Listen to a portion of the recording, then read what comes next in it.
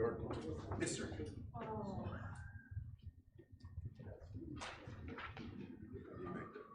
Mariah.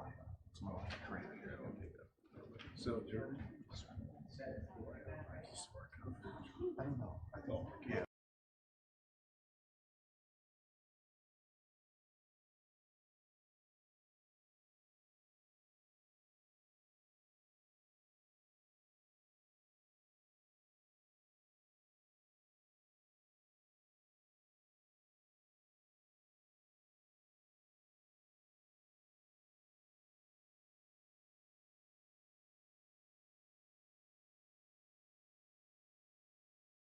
To the Tuesday, August 4th, 2026 Commission meeting, please silence your cell phones, pagers, and other electronics communication devices at this time. Agendas and speaker request forms are located at the back of the chamber, and you can, if you want to fill a speaker request form out, you can hand it to Jordan up here to my left. At this time, I'm going to ask Commissioner Hancock if she'll lead us into a moment of silent prayer, followed by the Pledge of Allegiance.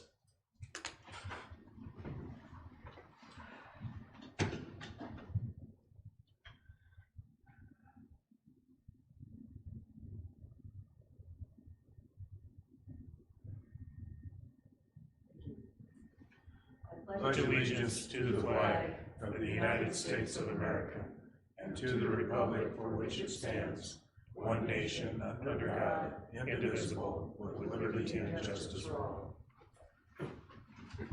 Commissioner Weidenbach will not be here today, so it's just the four of us. And with that said, we will move into the I'll ask for a motion to review and approve the agenda. So moved. Second. I got a motion by Drews and a second by Hancock. All in favor indicate by saying aye. Aye. Chair, point of privilege for a second. Cody, will you set my iPad up? I messed it up. Or Jordan. Yeah, that's why I don't do like Ron. Sorry, I tried to get on here. Thank you, Ron. You can go ahead. I'll just have Cody try to see. Okay, all in favor indicate by saying aye. Aye. Aye. Motion carried. We'll move on to the consent agenda.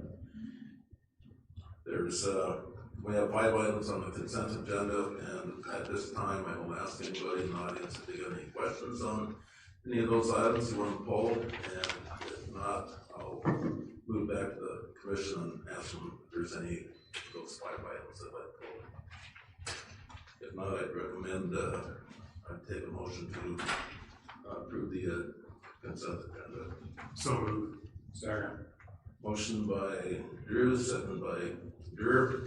All in favor indicate by saying aye. Aye. Motion carried. Now we will move on to, looks to me like paperwork, right? Okay, public comment, and I have one speaker request form. Mariah, you want to come up and go ahead and speak? You got 3 minutes.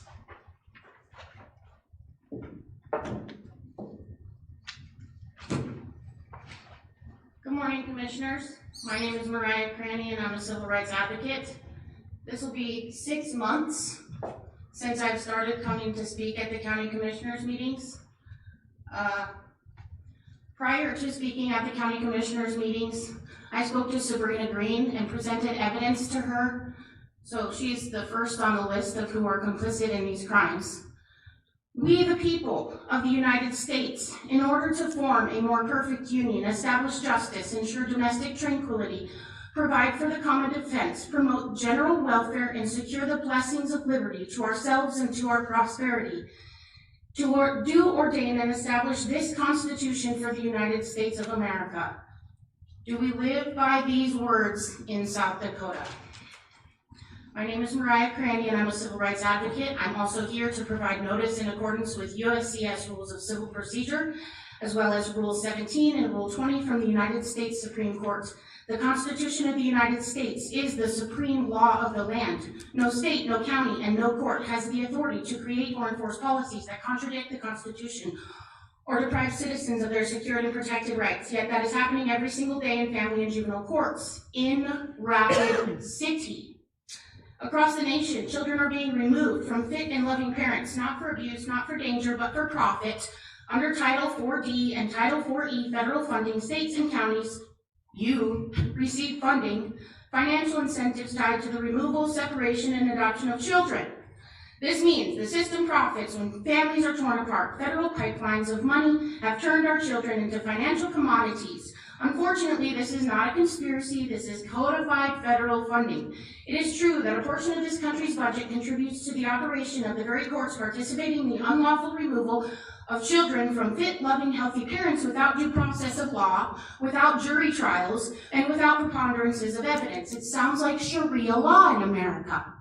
When government officials, including judges, attorneys, sheriffs,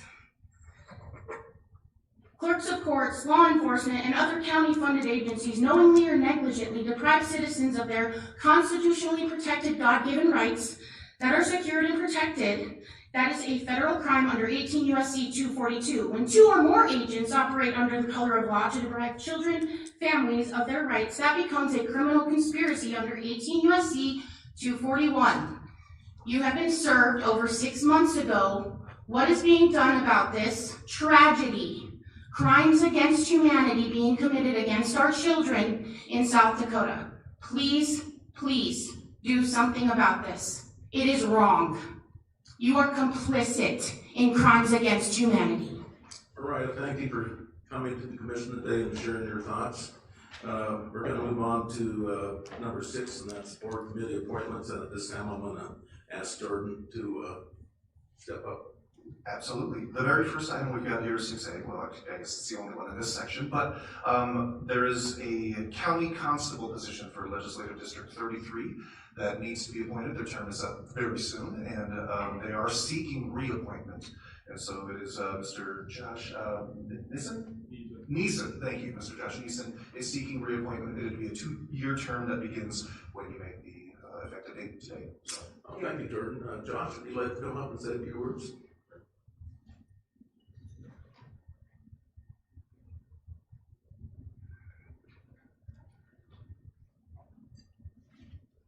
Good morning. Good morning, ladies and gentlemen. How you guys doing today? Good. I just wanted to come in and make sure that you guys remember who I am and introduce myself to anybody that's new, and just get reappointed for my position so I can continue on doing what I am doing for our county to also help with the sheriff's office when they, have their overflow and help our people here in Rapid City and other counties and stuff like that. Chair. Commissioner Hadcock. Move to approve reappointment Mr. Josh Neeson as County Constable, Legislative District 33, effective August 4th, 2026 for a 2-year term. And also thank you for your service, Josh. Have a motion. Can I get a second? Second. Motion by Hadcock, second by Drews. All in favor, indicate by saying aye. Aye. Opposed? Motion carried. Well, Josh, welcome, and we appreciate your enthusiasm and looking forward to working with you in the future. Any of the other commissioners add anything? Anybody have any questions for me? Appreciate it, Josh. Thank you. Josh, Yeah, I just gotta remember when you come see me. All right. Thank you, Josh. Thank you, Josh. Thank you. Have a great day. Have a good day, sir. Item number 7, items from the auditor, and at this time I'll call on Casey. Isaac? Casey Eisman, Chief Deputy Auditor. Today I'm just needing approval of the new retail on-off sale malt beverage and South Dakota Farm wine application for Mexico Tobacco. Very good.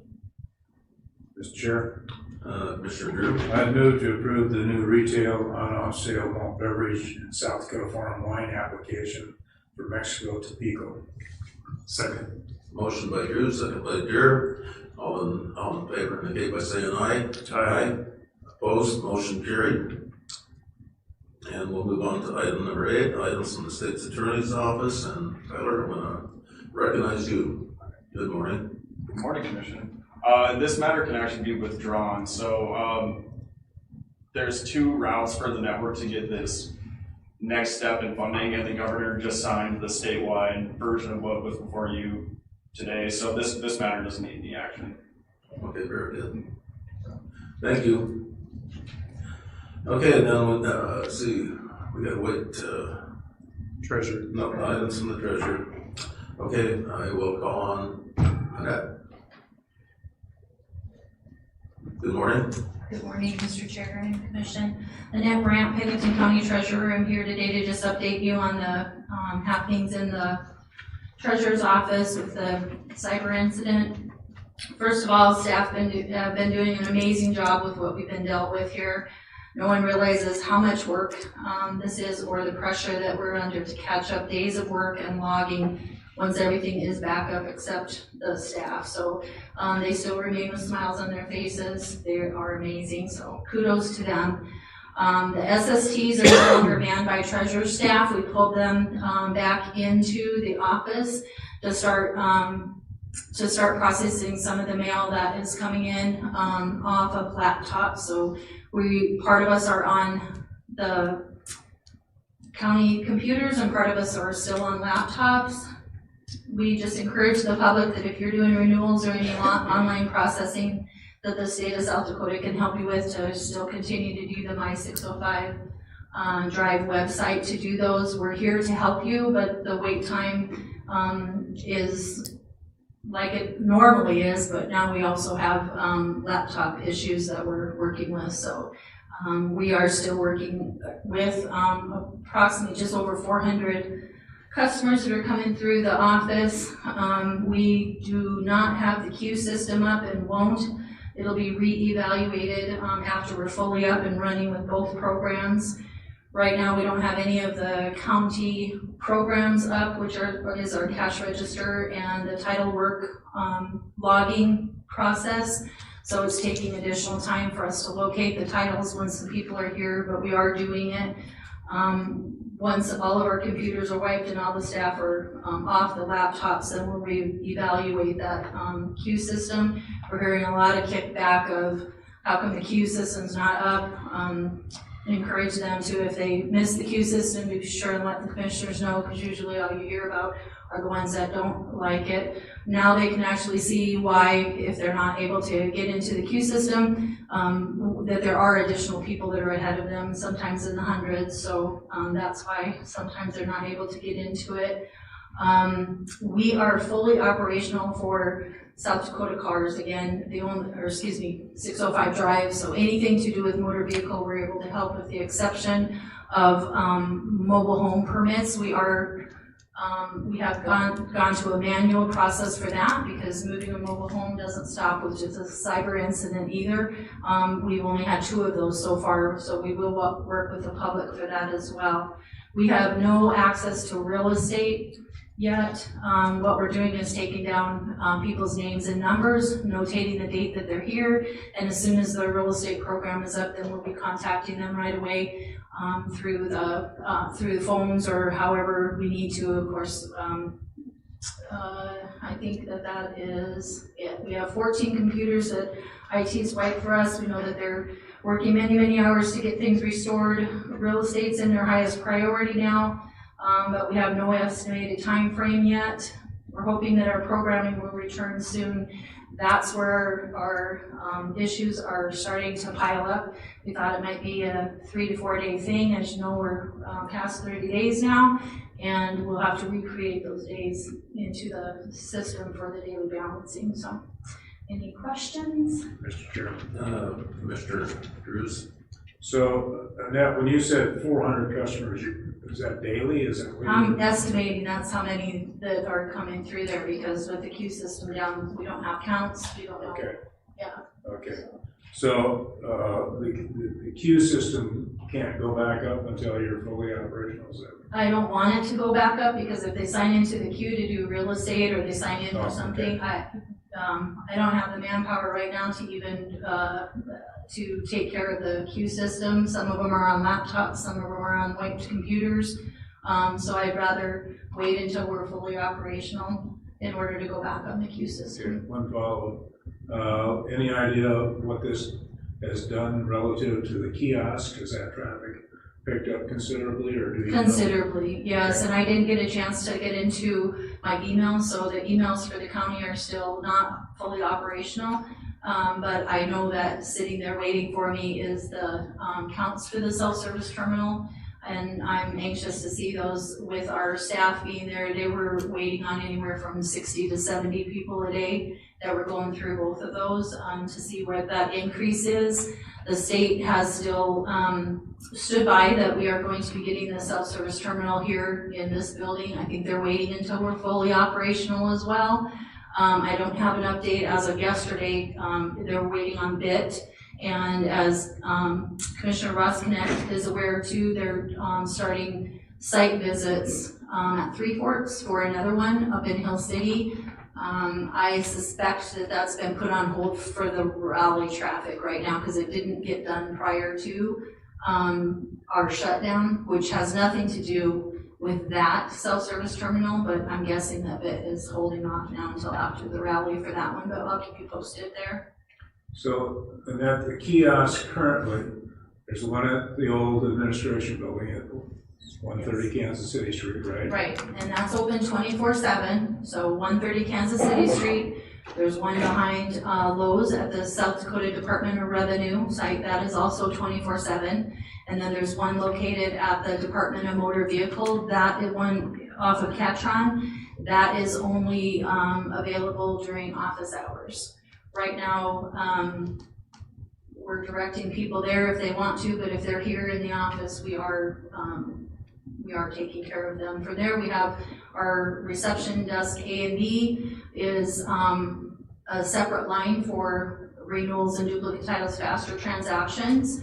We're working off of laptops off of those. We have somebody out in the lobby that's directing traffic, and we've relocated all the chairs in the lobby, first come, first serve, so the public can see as many people, they can see how many people are ahead of them because we don't have the queue anymore, so. Thank you. Yes. Any other commissioners? Commissioner Durr? Yeah. Good morning. Good morning. So and I'd heard it in discussion, you and I talked, a couple of times about some of these issues with the cashiering system to get real estate and tax payments. And I thought that, was IT testing the cashiering last week? Not that they've made me aware. Okay, I haven't Jordan? been updated on. They were testing real estate last week, and so they're hoping to have that service and stood up pretty soon here. I don't remember if they've done work on cashiering. All right. And so you don't have a timeline that you've been told as to when that's going to be up and running? No, Okay. no, I haven't been updated on that at all. I have been told that the real estate is going to take precedence over the cash register and our title work log, which is really dragging down our time, processing time. Because again, if you mailed in your title and we're going back to look for it before, we had a program we just put in. It's a county program. We put in the last name, the last four of your VIN, and we know right where it was located. We weren't able to put any of that in. We haven't lost any titles. We know where they're at. As soon as the system's up, we'll have people data entering all of that information so that it'll be less time. If you call in, our call staff are having to go look for that title work, and that takes significant time. All right. And then, so your office doesn't have emails stood up yet? No. Okay.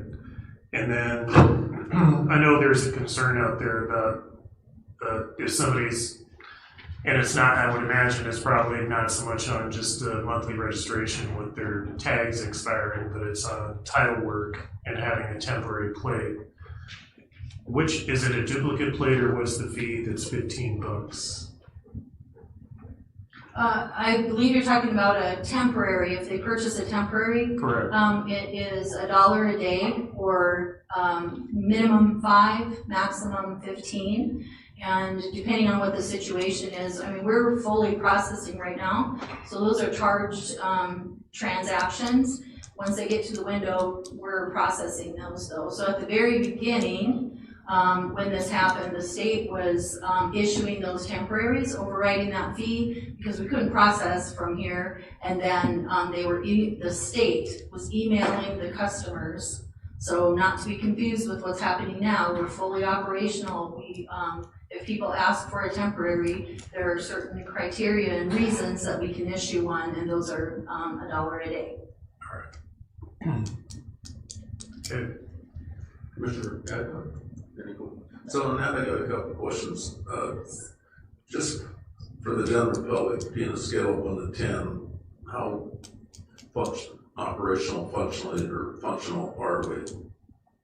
50% motor vehicle. So, I mean, real estate is, yeah, I would say 50%. okay, so, yes. Because we cannot do any real estate and none of our other programs are up, but we can do motor vehicle 100%. And then That's not all we do though. Then we're comparing the Minnehaha County, and we were talking to Mike with IT, and he said, if I recall, if you are out-of-state vehicle owner and you can't call into Minnehaha to do transfers, you would think that might be the difference in call volume? That's what he did that investigation. Yeah, I stepped back from that because that's what I was hearing too. I thought it'd be better to have a third party. Well, this is what I heard, so yeah, me too. that might explain That's what I some of the workload that you see here that you don't see in Minnehaha County. Yeah. And the phones, our phone personnel don't have their computers wiped yet to be able to work off of those. So they're working off of laptops for review in the motor vehicle system. Again, they can't do anything with real estate. And we've got 3 people that are on those as well, just trying to keep up with it, but they're doing the best they can with what they got right now. Okay, well, It's a lot. so I don't have any more. Mr. Chair. Go ahead. Yeah, just to follow it to the phone. So Ken and I went to Minnehaha County Treasurer's Office a couple of months ago, spent a few hours down there. Getting back to the phone system, they don't do those transactions over the phone. They get an email when they do it via email correspondence. Okay. And the other thing that Minnehaha County does on the out-of-state is they send the information to them via email. And again, they're not gonna sit there on the phone and tie up the phone line to do that transaction. It's by email. And what they do is before they will process that, they tell that out-of-state person to get a local PO box. Okay. Once they have a local PO box, then they will work that paperwork. So. Well, thank you for sharing that. Okay, we're done. Just had an addition to that, yeah, that is accurate, and a week before this happened, we had gotten 2 weeks into that, being able to just send the people, this is, that we're calling in, you're gonna get an email that tells you everything that you need and go ahead and mail it in, and then the system went down. There was a significant difference in wait time for doing it that way as well, rather than our staff walking them through the website of where to find it or whatever. We had those created, and I'm hoping that those are all still there. If not, we'll recreate them and we'll try again. Okay, well, very good. Okay. I'm gonna go ahead and suggest we take an 8-minute break until we convene in the Board of Adjustment. What about 9? Yeah, that's 9 minutes, good. 9 minutes.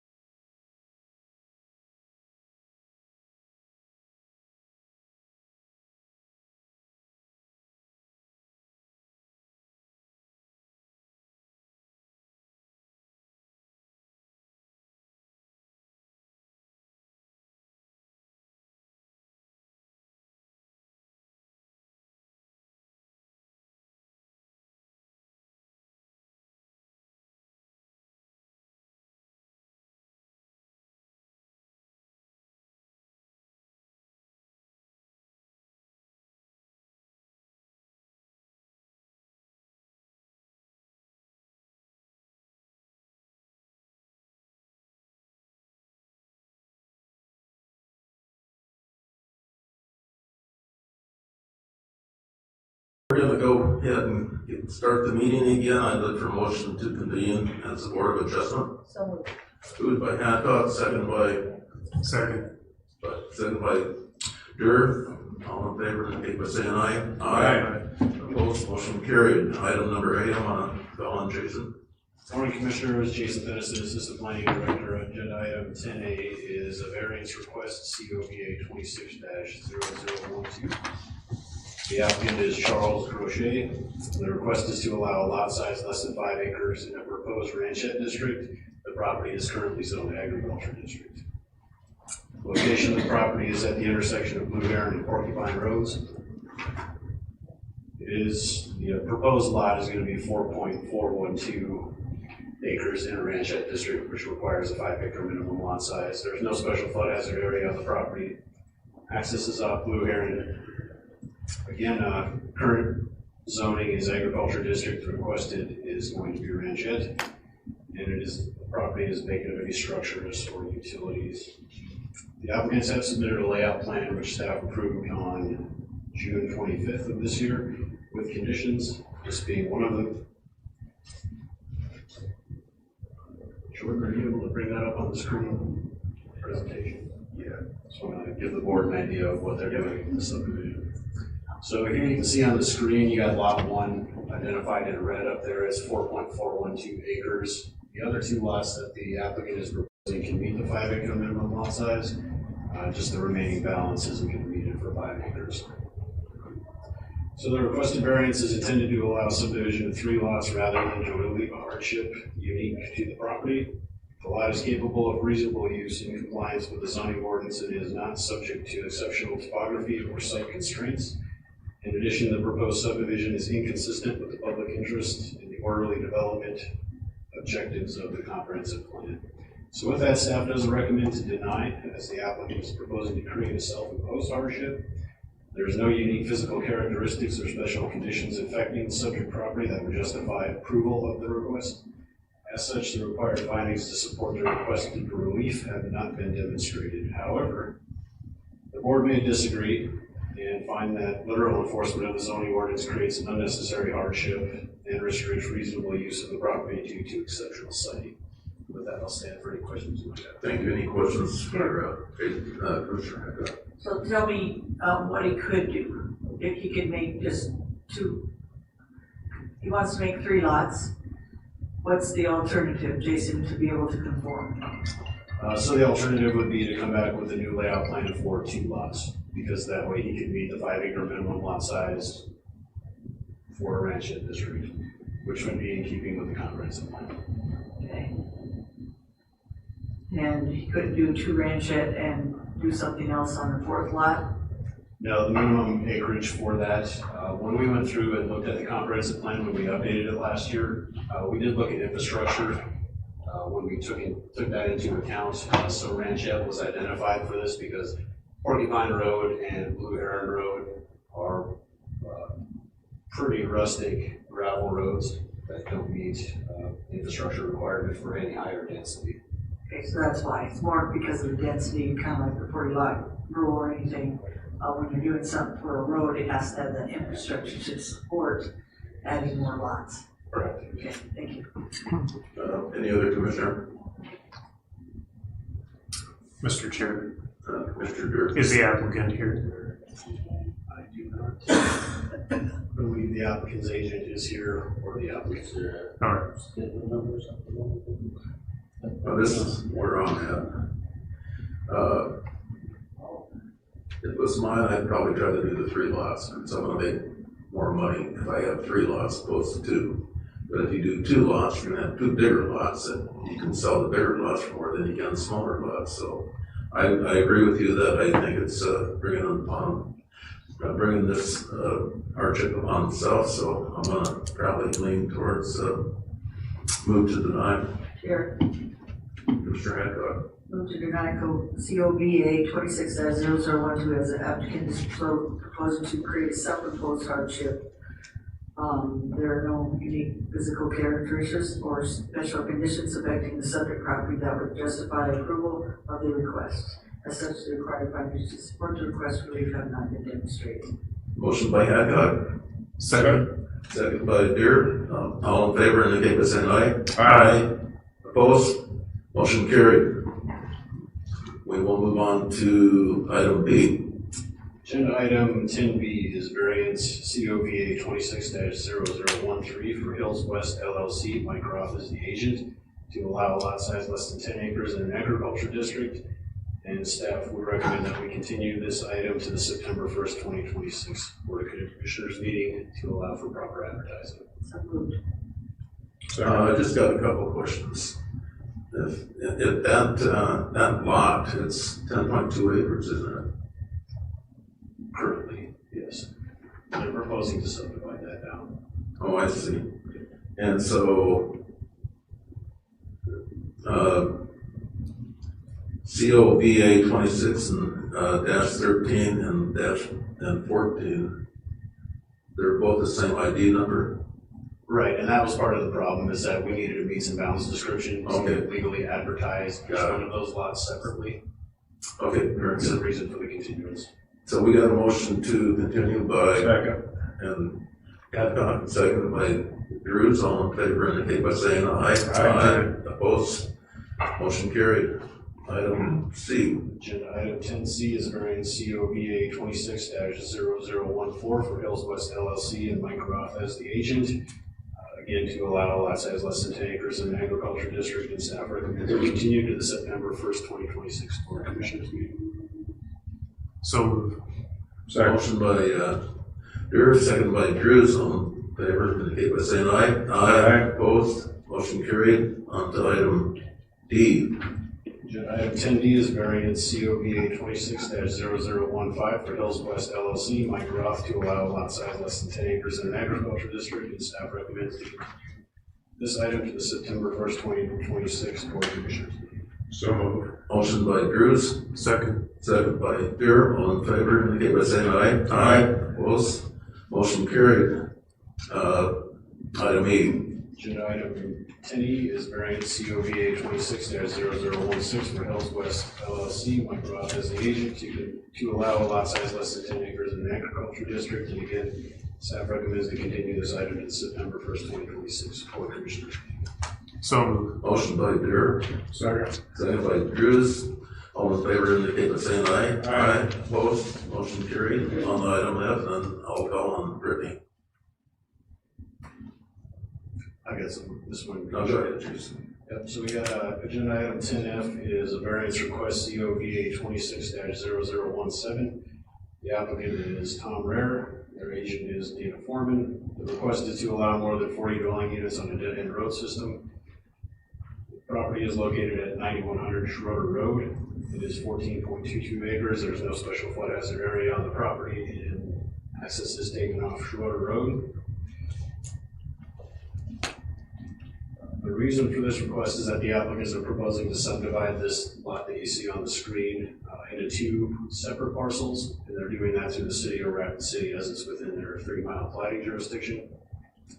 The request was sent out for interdepartmental review, and the Doty Fire Department responded that they do not agree with or will support subdividing the existing property into additional lots as proposed. This variance goes against existing county ordinances and the International Fire Code, which are both for the safety of the residents and emergency responders.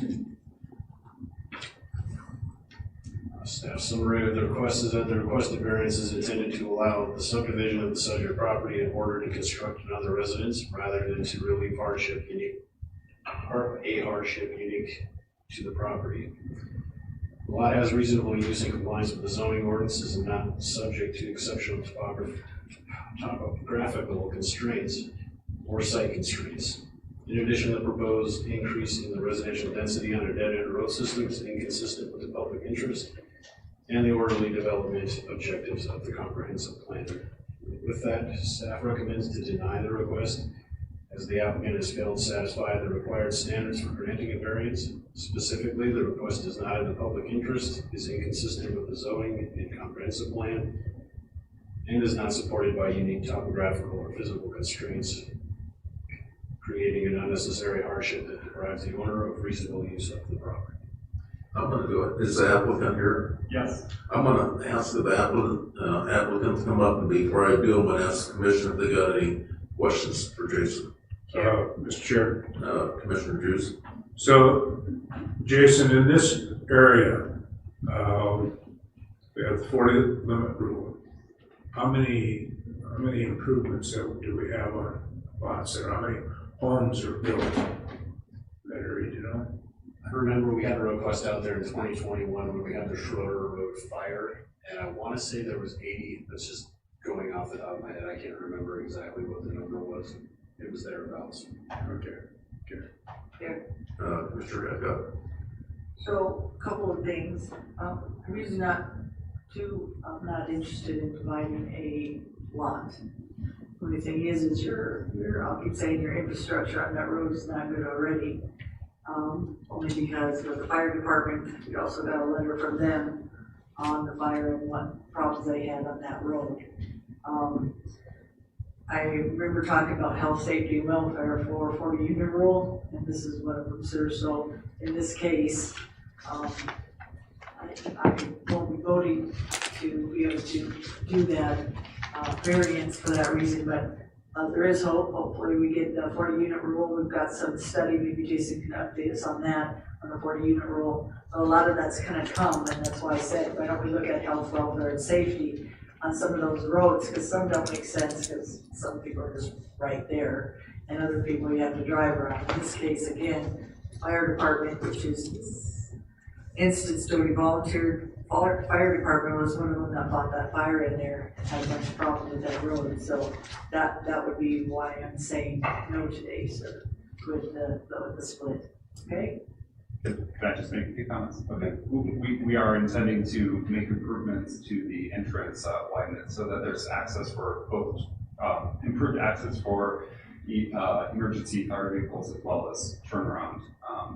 This is intended to, our intention is to build a home to suit our growing family, and as good stewards, the hope would be to preserve the existing house and use for our aging parents as they approach retirement, not to subdivide and sell. Have we talked to the planning department, and what was their response as well when they wanted to split the lots with the 40 unit rule? They just said 40 unit rule, so we're going to definitively just object. Yes, sir. They have to do their job saying that. We decided that, but just looking at the circumstances and listening. I usually don't get a letter on the fire department, so that means that it was pretty substantial. I know, and listened to some information about the March 2021 problems with the infrastructure, which was the road system and just how the fire went in general in that area. So I just want to make sure that not only you, but other people are safe, because the entrance is good, but you're still going to have a pile up of a bunch of other people coming. When you spend money to redo the first part, there's a whole road system, so that needs to be redone in that area. Makes sense? It does. Okay, thank you, sir. Mr. Drews. So, Jason, I remember a few years ago when we were having a discussion relative to this area. There was talk at that time about making an emergency exit through Forest Service land. Do you know if that was ever pursued? Right, yep, I did contact the Forest Service. There is a motor vehicle trail at the end of Schroeder Road, but they came back and stated that not only is it locked seasonally to prevent access to that road, but it is also not passable for most regular vehicles that are designed for on-road travel. And that is all on Forest Service property, correct? Okay, thank you. Well, 1988, I was with the Johnson Sighting Fire Department, and we were one of the first units on the Westbury Trails fire, and we took our unit to Schroeder Road, and I literally saw homes burn to the ground. So until we figure out something how we want to go forwards with that 40 unit rule, and we can prove emergency ingress and egress, I'm going to have to, at least at this time, lean towards denial, but I'll wait for a motion Mr. Chair. Commissioner Drew. So Jason, I'm reading the staff report, and so on this road in this area here, staff report says there's 60 dwellings. That could be right, yeah. So anyway, it says there are approximately 60 dwellings on the existing dead-end road system. And this would increase it by 1, and saying the 60 dwelling is double what the International Fire Code, even though our ordinance says 40. So I'm assuming then this is a grandfathered situation. Many of those are, yes. All right. I might point out that we're missing a commissioner today, and you need a supermajority for this variance, so another option would be to continue this until we got all 5 commissioners. You have 2 no's though. What's that? It sounds like we already have 2 no's, so even if you had another commissioner and coming back with 2 no's, it would still be shut down, just for information. Well, I'll still entertain a motion to get this going. Mr. Chair, Commissioner Drews. I'd move to deny COVA 26-0017 as the applicant has failed to satisfy the required standards for granting a variance. Specifically, the request is not in the public interest, is inconsistent with the zoning ordinance and comprehensive plan, and is not supported by unique topographical or physical site conditions, creating an unnecessary hardship that deprives the owner of reasonable use of the land. Motion by Drews, second by Haddock. Just before we go to a vote, I just want to say that I think there are other avenues that you can have a caretaker's residence, or kind of like we've done before, an accessory building. So, sure. If you were to come back and want to add any sort of dwelling unit on that, he would have to come back and get the same variance. Okay.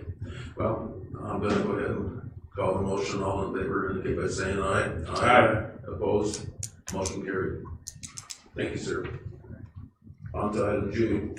Item G is variance COVA 26-0018 for Randall Offenbaugh to allow 2 principal structures on the subject property, and staff recommends to continue COVA 26-0018 to the August 18th Board of Commissioners meeting, as the applicant's agent failed to send the required notifications. So moved. Motion by Haddock, second by Drews. All in favor indicate by saying aye. Aye. Opposed? Motion carried. On item H. Mr. Chair, just a quick question. So does that give them enough time to do the appropriate advertising now? Yes, he'll have to mail the required letters out 10 days prior to the hearing date. Thank you. Okay, item H. Item 10H is variance COVA 26-0019 for Randall Offenbaugh to reduce the required setback to a property line. And again, staff recommends to continue COVA 26-0019 to the August 18th, 2026 Board of Commissioners meeting, again, as the applicant's agent did not send out the required mailings. So Motion by Drews, Second. second by Drew. All in favor indicate by saying aye. Aye. Opposed? Motion carried. On to item I. Agenda item 10I is an appeal of the planning director's decision for Richard Silick. Basically what's happened here is that when staff requires an application for a setback variance request, we would require a survey at the time of application. That way we know what the request is actually going to be. It's not a guesstimate. You know, back in 2019, we did not have this requirement. It caused a lot of confusion, caused people to have to come back for another variance request because what they needed and what they thought they needed was different. So at this time, the applicant is appealing the planning director's decision to not take in an application without a survey. Is the applicant here today? Yes. yes. If you'd like to speak, go ahead, bring him up. Go ahead and speak, sir.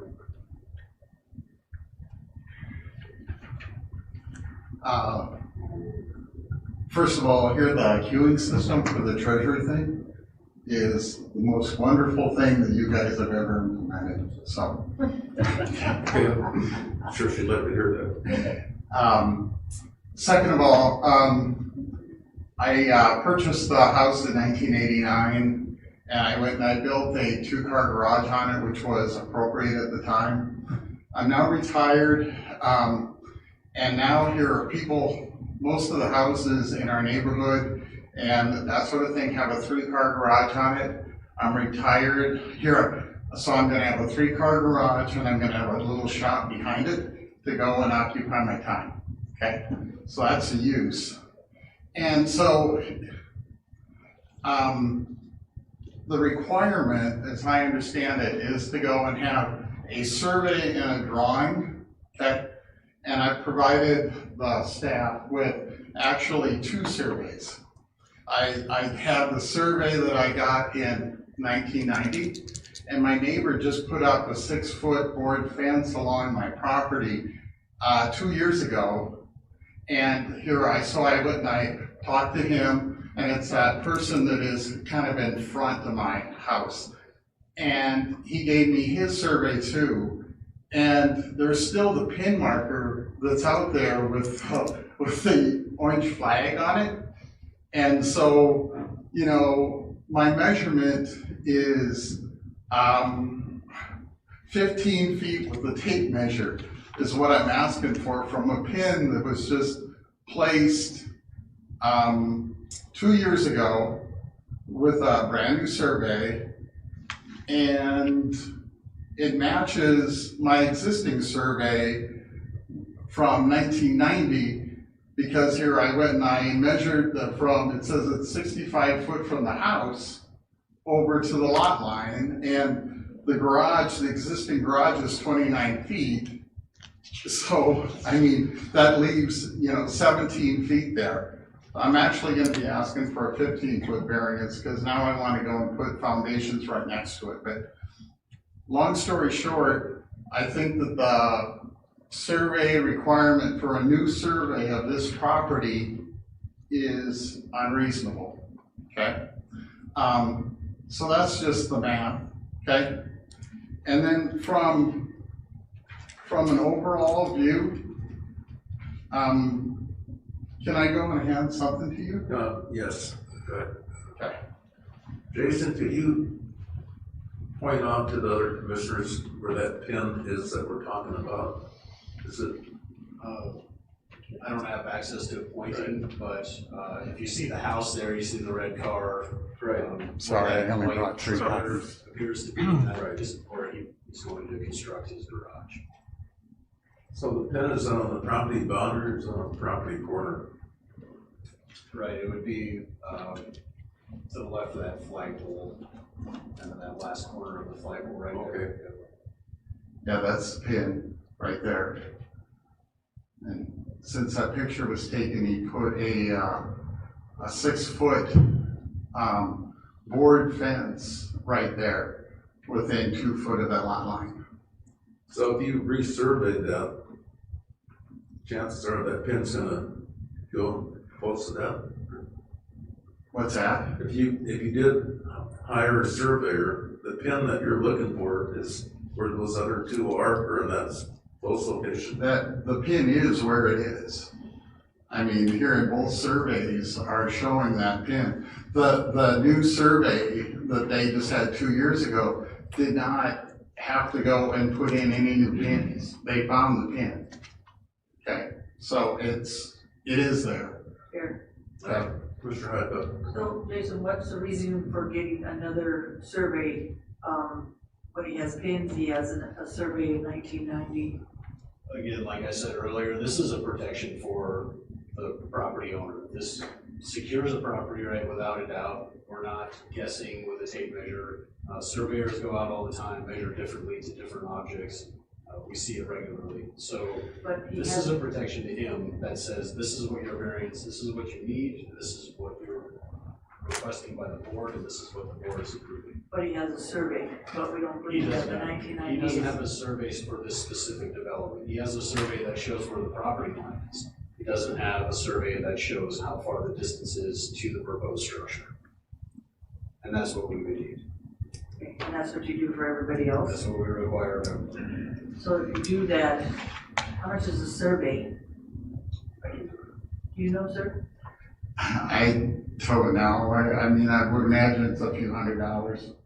Okay, so just to make it so you can get this, because I don't have a problem with this if you get the survey, because you also want to make sure, it's because your neighbors is that way. I'm getting what you're saying, but you want to make sure, and then for the variance, I don't have a problem with that without a survey. I'm just gonna be up straight, because if that lot line is where you surveyed, like you said, a couple $100, it's worth doing that to build your garage for peace of mind as well. And then make sure too, when you're gonna do that variance, make sure you don't have a neighbor complaint. Meaning, ask him, does he have a problem with you building a garage because, with the variance, because he can come back later while you're building it and say there's some issues with that. So, those are two things I've learned on being on here, that you wanna make sure you're right, for sure. And number two, that neighbor doesn't come back on that variance and say, you know, why you let him do that? And that will help your case as well, because he doesn't care, and so why are we gonna have an issue if he doesn't mind that your garage is closer? The neighbor that it impacts, I'm not disagreeing with you, but, Okay, sir. you're the neighbor that it impacts. I went over there and I visited with him, and he came over, we had lots of tea, and, he went back over to his place and he got the survey for me.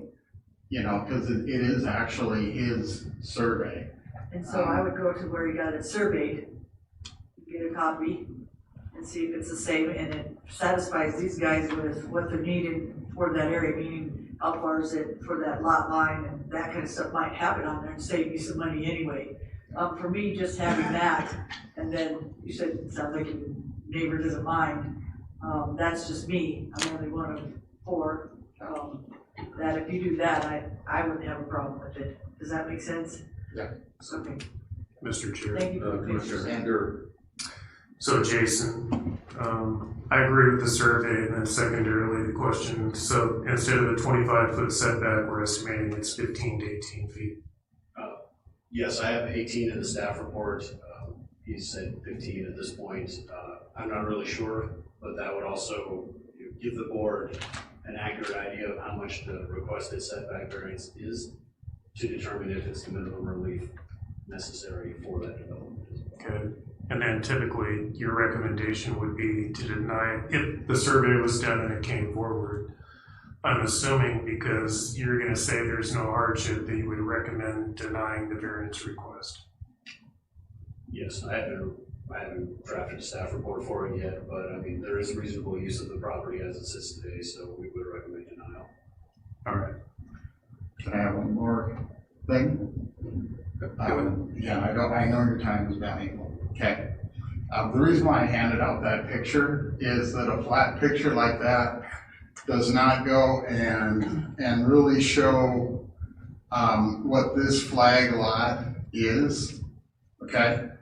Because if you look at that flat picture, it just looks like, you know, here there's a driveway and you go and you see it, you see the house, okay?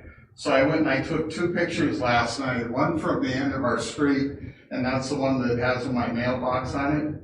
And the only portion of my house that you could actually see from that, from the street, is like the very top of the roof of my house, okay? And stuff, and then the other picture that I gave you was actually from the corner of my house out, okay? So you can't even see the road from my house, okay? And if you go and and I think that my biggest heartburn is that according to their interpretation of the code, is that the front of the lot is not the front of my house.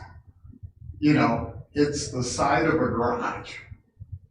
And here in the normal ordinances, we have an 8-foot setback on the sides and a 25-foot setback on the front. Well, I mean, that's how this house was built. The front of house is the 25-foot back from what they're calling the side of the lot. Okay? So from a big picture view, you know, I think the intent of that 25-foot setback is that everything is consistent along all the streets, and that you can go and have appropriate utilities, and you know, when people have to drive in there to go and do whatever, they can do that. So Chair. Well, I think all those things are met. So, And I'm done, sorry. Commissioner Haddock. so Richard, you also could build that without a variance on your property with not having to build it right there, right? So you wouldn't need a variance. I can't. So that's why I'm saying, I don't mind that you don't want to build it somewhere else, and you could do it, and you don't even need a variance. But you want a variance, it'll cost you a couple $100. You can get the survey, come back and say, my neighbor's not having a hardship with this. And that's usually, you know, works pretty good for most of us. I don't know for sure, me, and since I've been on here, it usually works pretty good where the neighbor's not in, you know, saying that guy's too close, he can build it somewhere else. So that's why I'm telling you that. You could actually, you don't need a variance, you could, on that land you have there, you have enough land to build it where you don't need a variance, but you're asking for one. All we're saying is, if you want that garage there, get that survey, go to the people, the guy that just did the survey, like I just said, get that survey and then come back and then, do this variance, so we can continue this variance today if you'd like, if that's what you wanna do. Or one person can deny it and then you won't be able to do it at all, if I'm correct, Dave, or Jason, right? Correct. Okay, see, I'm trying to find you a solution in here, but Yeah, well, here, yes, I will go with the recommendation for the continuance and me actually going and spending a few $100 more. There really isn't another place for that garage, because of the driveway and the space beside it, so yes, I will ask. thank you. So, just, is he, in my district? I don't know exactly where the district lines are. Well, if it's in my district, I'll come out and take a look at it, so I can make a recommendation to the commission. Okay. I mean, that's the way they do it, just get eyes on it. When it gets to a point like this, and I do believe it's in my district, and if it is, it's, when you get ready to move forward, just give me a call on the meet, and then we'll have a better understanding of how everything looks. Thank you. Mr. Chair. Commissioner Dirk. Yeah, Jason, this is not actually an application for a variance. It's to accept the application and require a survey. Right. So there would be no need to continue this, correct? You know, There's no just- continuation, this would be either approve or deny. Right. Yep. I'm gonna make a motion to require the applicant to submit a stamped survey to verify the distance that is needed for the setback. The applicant has stated the structure will be approximately 18 feet, and the variance application needs an exact number. It has been required in all setback variances since 2019. I got a motion by Commissioner Dirk and a second by I'll second. Commissioner Drews. All in favor, indicate by saying aye. Aye. Opposed, motion carried. Thank you, sir. Thank you.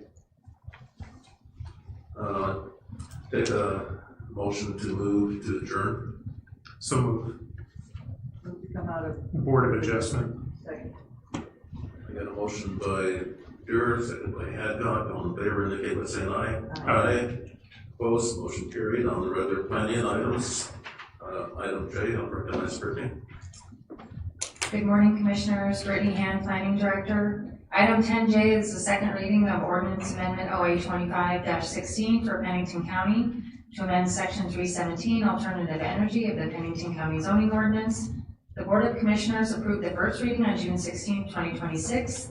There was additional language recommended to be added. The two things that were added was the definition of infrasound and some additional requirements for decommissioning funds being from either an escrow account or a trust account.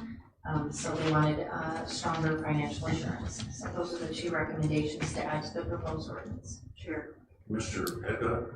thank you for making those changes. I appreciate all the work you've done. Eileen, all the work she's done, and some of the people like Jerry Mader, Lindsay Mader, that helped get this done. So without them and meetings and everything that went through to make sure that this was done right and that Pennington County was protected in ag for the future, I appreciate all the work. Thank you. Mr. Chair, Commissioner Beer. I'm going to make a motion to approve the second reading and final adoption of ordinance 2516. Second. Got a motion by Beer, second by Hadcock. Any more discussion? Commissioner Drews? So I will continue to oppose this based on a couple different reasons. First of all, I'd like to have seen the wind and the solar separated for two different ordinances. And the other reason is I believe that this ordinance is just far too restrictive relative to the alternative energy. Thank you. And I guess my position really hasn't changed. I still can't accept that this is got to be, they got to be located in industrial areas. I think I've looked at if I understand, heavy industrial. It's industrial, it could be heavy or light industrial, so either industrial zoning district.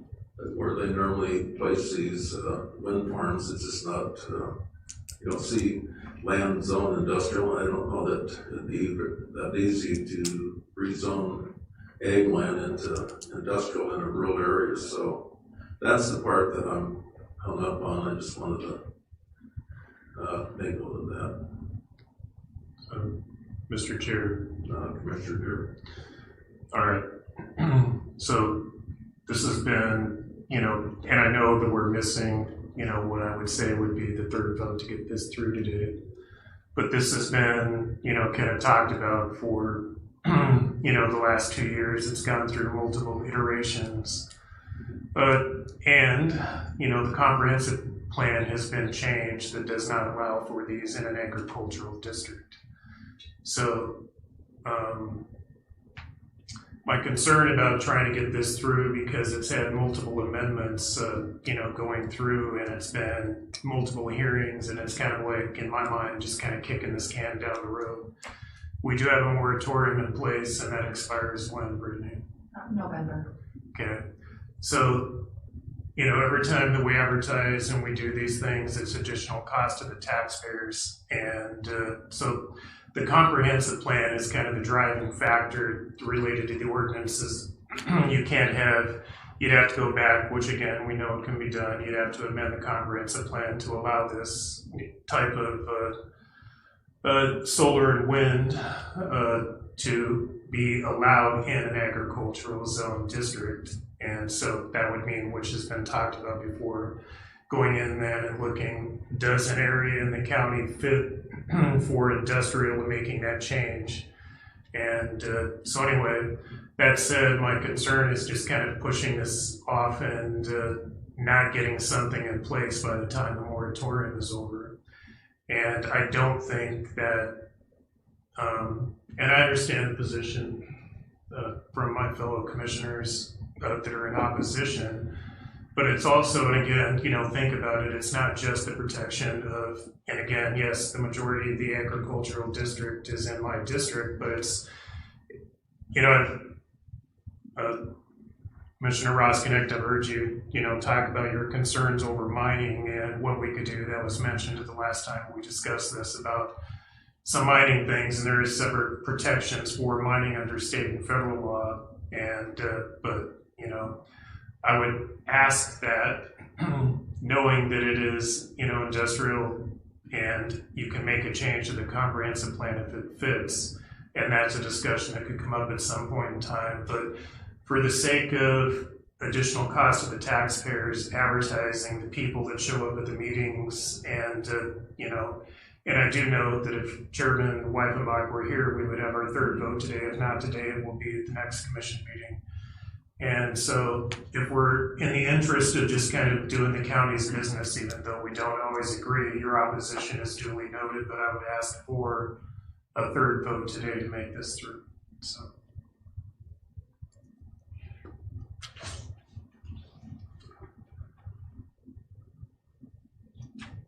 I guess my question would be is, I just really can't change my position at this point in time. I felt that there was enough safeguards in place with the draft that the committee put together. It wasn't like they were going to come in and get rubber stamped. There was a lot of criteria that these wind farm would have had to go through before they could even start moving dirt, and I felt that language was strong enough, so I'm kind of stuck where I'm at in my position, and I don't know if Commissioner Drews is.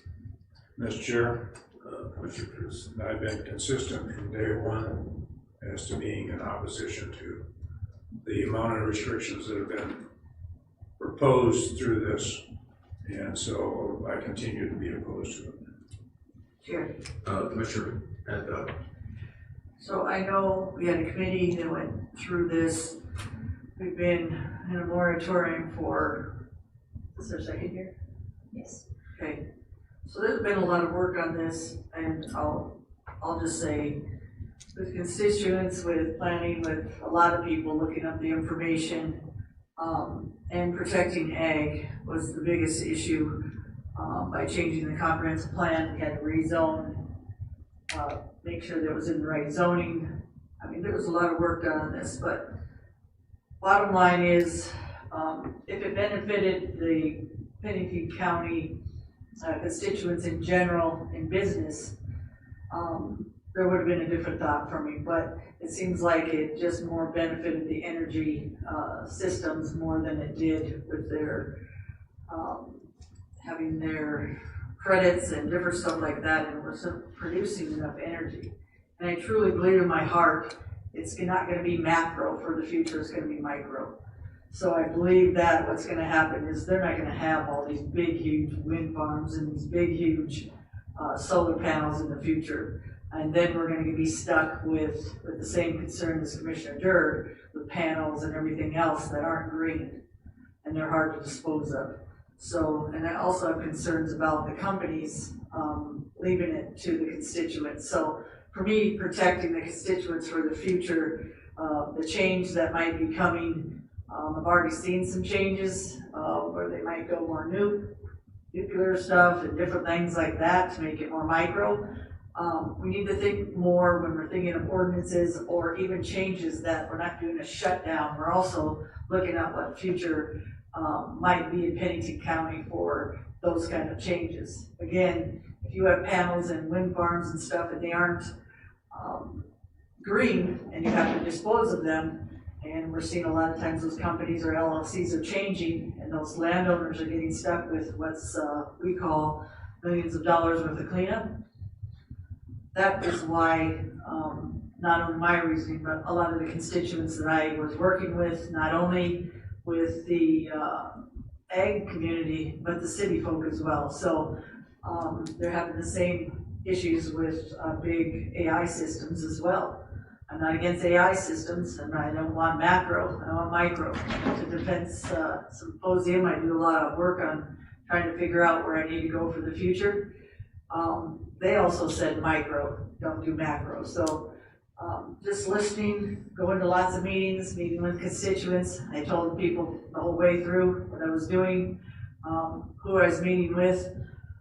I just do my homework, and in the future I truly believe, and I'll keep saying it, that I don't think it's going to be macro like things, big huge wind farms and big huge solar farms for the future for electrical or for the constituents that need it. There's got to be a give there somewhere, and we already know the AI systems are already taking over on a lot of things to make it more efficient and effective. So thank you.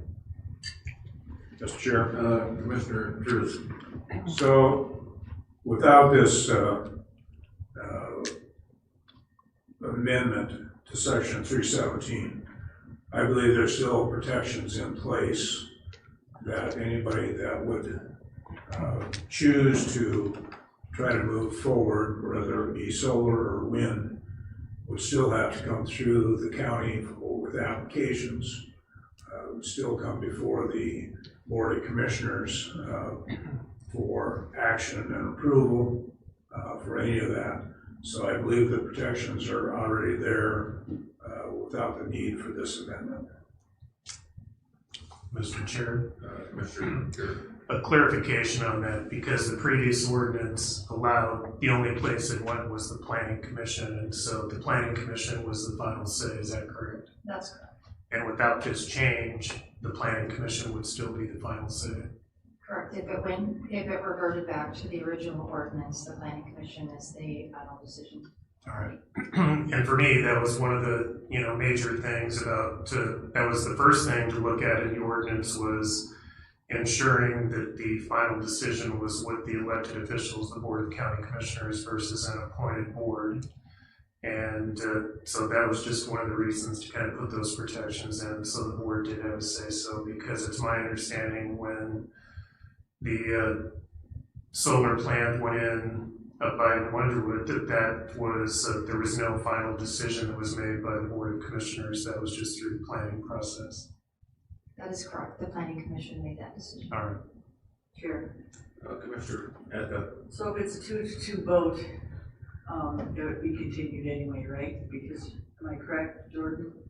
What happens if it's a 2-2 vote? Or let's ask Tyler. Sorry, Jordan, you probably already know too, so thank you, Jordan. Yeah, sorry, Jordan. Tyler Soaps, United States Attorney's Office. So SDCL 7818, it says when commission's equally divided on any question, the matter shall be continued to the next meeting for a tie break, essentially. So that's what we would be running into here. So we should just make the motion, if it's continued anyway. Yeah, I think the cleanest thing to do, and to kind of skate by some of the notice requirements perhaps, is to make, what's the motion on the floor now? Move to approve, I think, Correct. Seconded by Hadcock. I would make that motion, go ahead and have the 2-2 vote, assuming no one else has changed their mind, and then it'll just be, by operation of law, continue to the 18th. Do they have to re-advertise, you said, or no? Not if you go through this, you'll have to re-advertise if you move to continue, but if you stick through the 7-8-18, then notice has been given. Thank you, Tyler, for that information. Mr. Chair, Tyler, Commissioner Garrett. if it's a 2-2, is there anything like an arm wrestle or anything we can square up? I don't even know what to say to that. All right. Okay, so Mr. Chair, so Tyler, Commissioner Cruz. my understanding of Robert's Rules of Order on a 2-2 vote, it would end up being killed, and it wouldn't be continued. Yeah, but when, at least from my understanding, is when we have Robert's rules conflicting with state law controls. That's my understanding.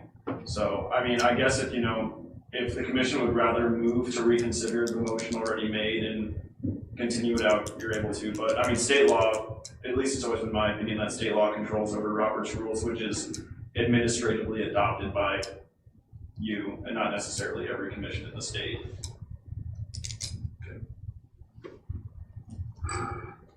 Okay. And Mr. Chair, I believe when we've had a tie vote before, that it's just gone to the next meeting.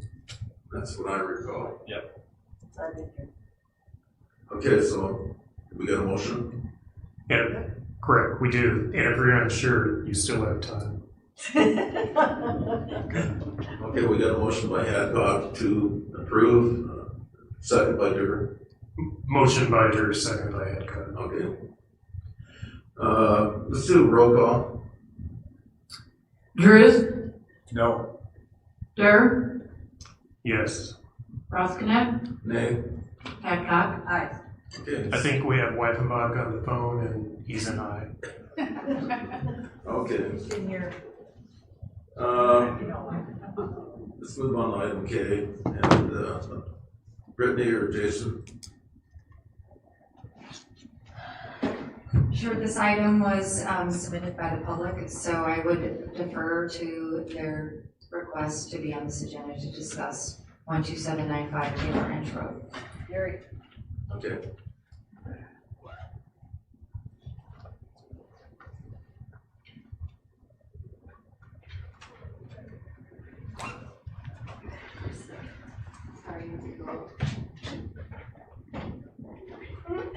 Good morning.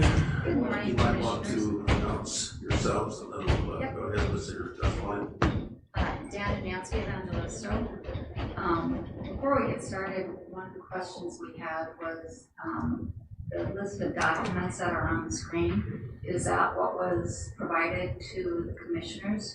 I'm gonna let Jordan speak to that. Because the documents were prepared so late, we had to really quickly review what would be appropriate publicly and what would not be appropriate. So these were the ones that were determined at least easy that they can, be presented publicly. We do have a full set of the documents you submitted though. And the county commissioners have a complete set. Yes. Yep. So on late Friday, we received the memorandum that stated that the required permits for Mr. Jones' property and had all been approved and that there were no code violations on Mr. Jones' property. We believe that this conclusion conflicts with the county's ordinances and the evidence that we have already submitted regarding the painted billboard sign, setback requirements, land use restrictions, permit history, nuisance conditions, and other issues that we raised in our complaint. Because we received this memorandum only a few days prior to this meeting, and we have not had enough time to receive copies of the permits, any of the support documentations that the planning department used to make a decision on approving permits. We are requesting that this meeting be continued, or this issue be continued to the next meeting. Okay. Our problem was, we've tried multiple times to go to the planning department and these guys here and the state's attorney trying to get these records, applications, permits if they were approved. And I think part of it was with the cyber attack, where they were not able to get into their systems. So we weren't afforded the opportunity to receive the applications or the permits to really see what was approved and not approved. So we really can't, I guess, discuss the situation in full until we get that information. So that's why we're asking for a continuance. I'm gonna go ahead and call on Commissioner Heck. Brittany, can you come up? Did you deal with this, or did Wayne deal with this, or? So our ordinance enforcement and our assistant planning director did meet with Mr. Jones on several occasions regarding these concerns from the Evangelistos. As far as the records request, I know that they came in twice, or once they came in, our administrative assistant let them know that we had, network issues and we weren't able to access it. The second time, I think Nancy called Jerry, or our administrative assistant, and she said that they needed to submit a records request, because that's what we do for anybody that requires information on somebody else's property. Okay. So we didn't receive a records request for that information, to my knowledge. Okay, and the bottom line is are they in it? I remember they had a PUD. What is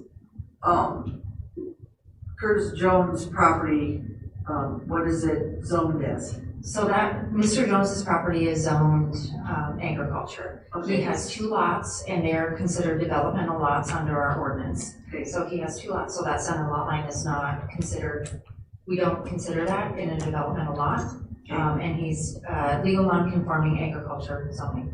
Okay, so, and at this point, he has met all county codes for his property based on his compliances. So our job as county is to make sure he's in compliance. Am I right? Correct. To my knowledge, he met with our ordinance enforcement officer and our deputy director. They discussed the requirements for building permits. They discussed the approach permit. We talked to county highway about that. We talked about the drainage. He was going to work with the DOT about the drainage. At that time, Mr. Jones has been very compliant and willing to work with us. So every time that we've asked him for something, he's given it to us or applied for or a permit. Thank you, Brittany. So Tyler, can I ask you a question?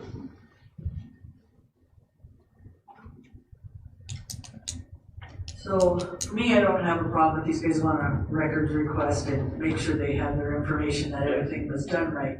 But if this man is in compliance basically with our rules, then isn't this more of a civil case than it is a county issue? Yeah, I mean, Tyler Sobczak, State's Attorney's Office. So, you know, with the cyber incident, I wasn't able to really evaluate everything until they were uploaded to the agenda. But, you know, when I first met with the Evangelistos, I suppose this is at least how I remember it, and please feel free to fill in. Sure. There were a number of unpermitted buildings, which I suppose have now become permitted when they were brought to the attention of the zoning enforcement officer. There was, of course, the ongoing issue with the sign, which really is a painting on the side of the house, from my understanding, and that side faces their business. Okay. There was, at a previous point in my involvement, the question had become, does this painting require a sign permit, or is it simply free speech? Now, sort of as a reminder to the commission, due to the progeny of the First Amendment cases from the Supreme Court, we're really only able to regulate time, place, and manner of signs and billboards. And because the determination essentially was that a sign permit was the route to go forward, which he eventually did obtain. The more I've thought about it since that determination, I'm not really even sure a sign permit was needed. It's more akin to painting the side of your house, but nevertheless, that's what we did, and he received that permit. And I think maybe the Evangelistos might have some more information about inoperable vehicles that may or may not still be in the subject property's proximity. But I think that was more, and I'm trying not to speak for the Evangelistos, but I imagine that's a little bit of what they came to discuss with you today, is the zoning department's determination of the zoning ordinances and the nuisance ordinances versus their interpretation of it. Does that sound fair?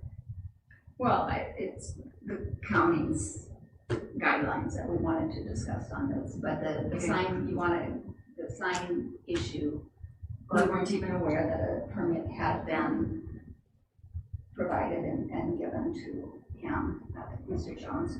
And if he was given a sign permit, there's setback requirements.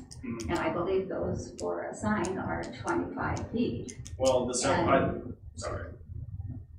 requirement, I believe, so that would be a rear and side setback requirement for the property, and due to him being legal non-conforming, that would be the proximity for his house to whatever the property lines would be. So since the sign itself, the side of the house is the side of the house itself, the sign has to be incorporated to the legal non-conforming analysis of the actual building. So Tyler, what I'm saying, I guess today is, I've met with the planning department. Yeah.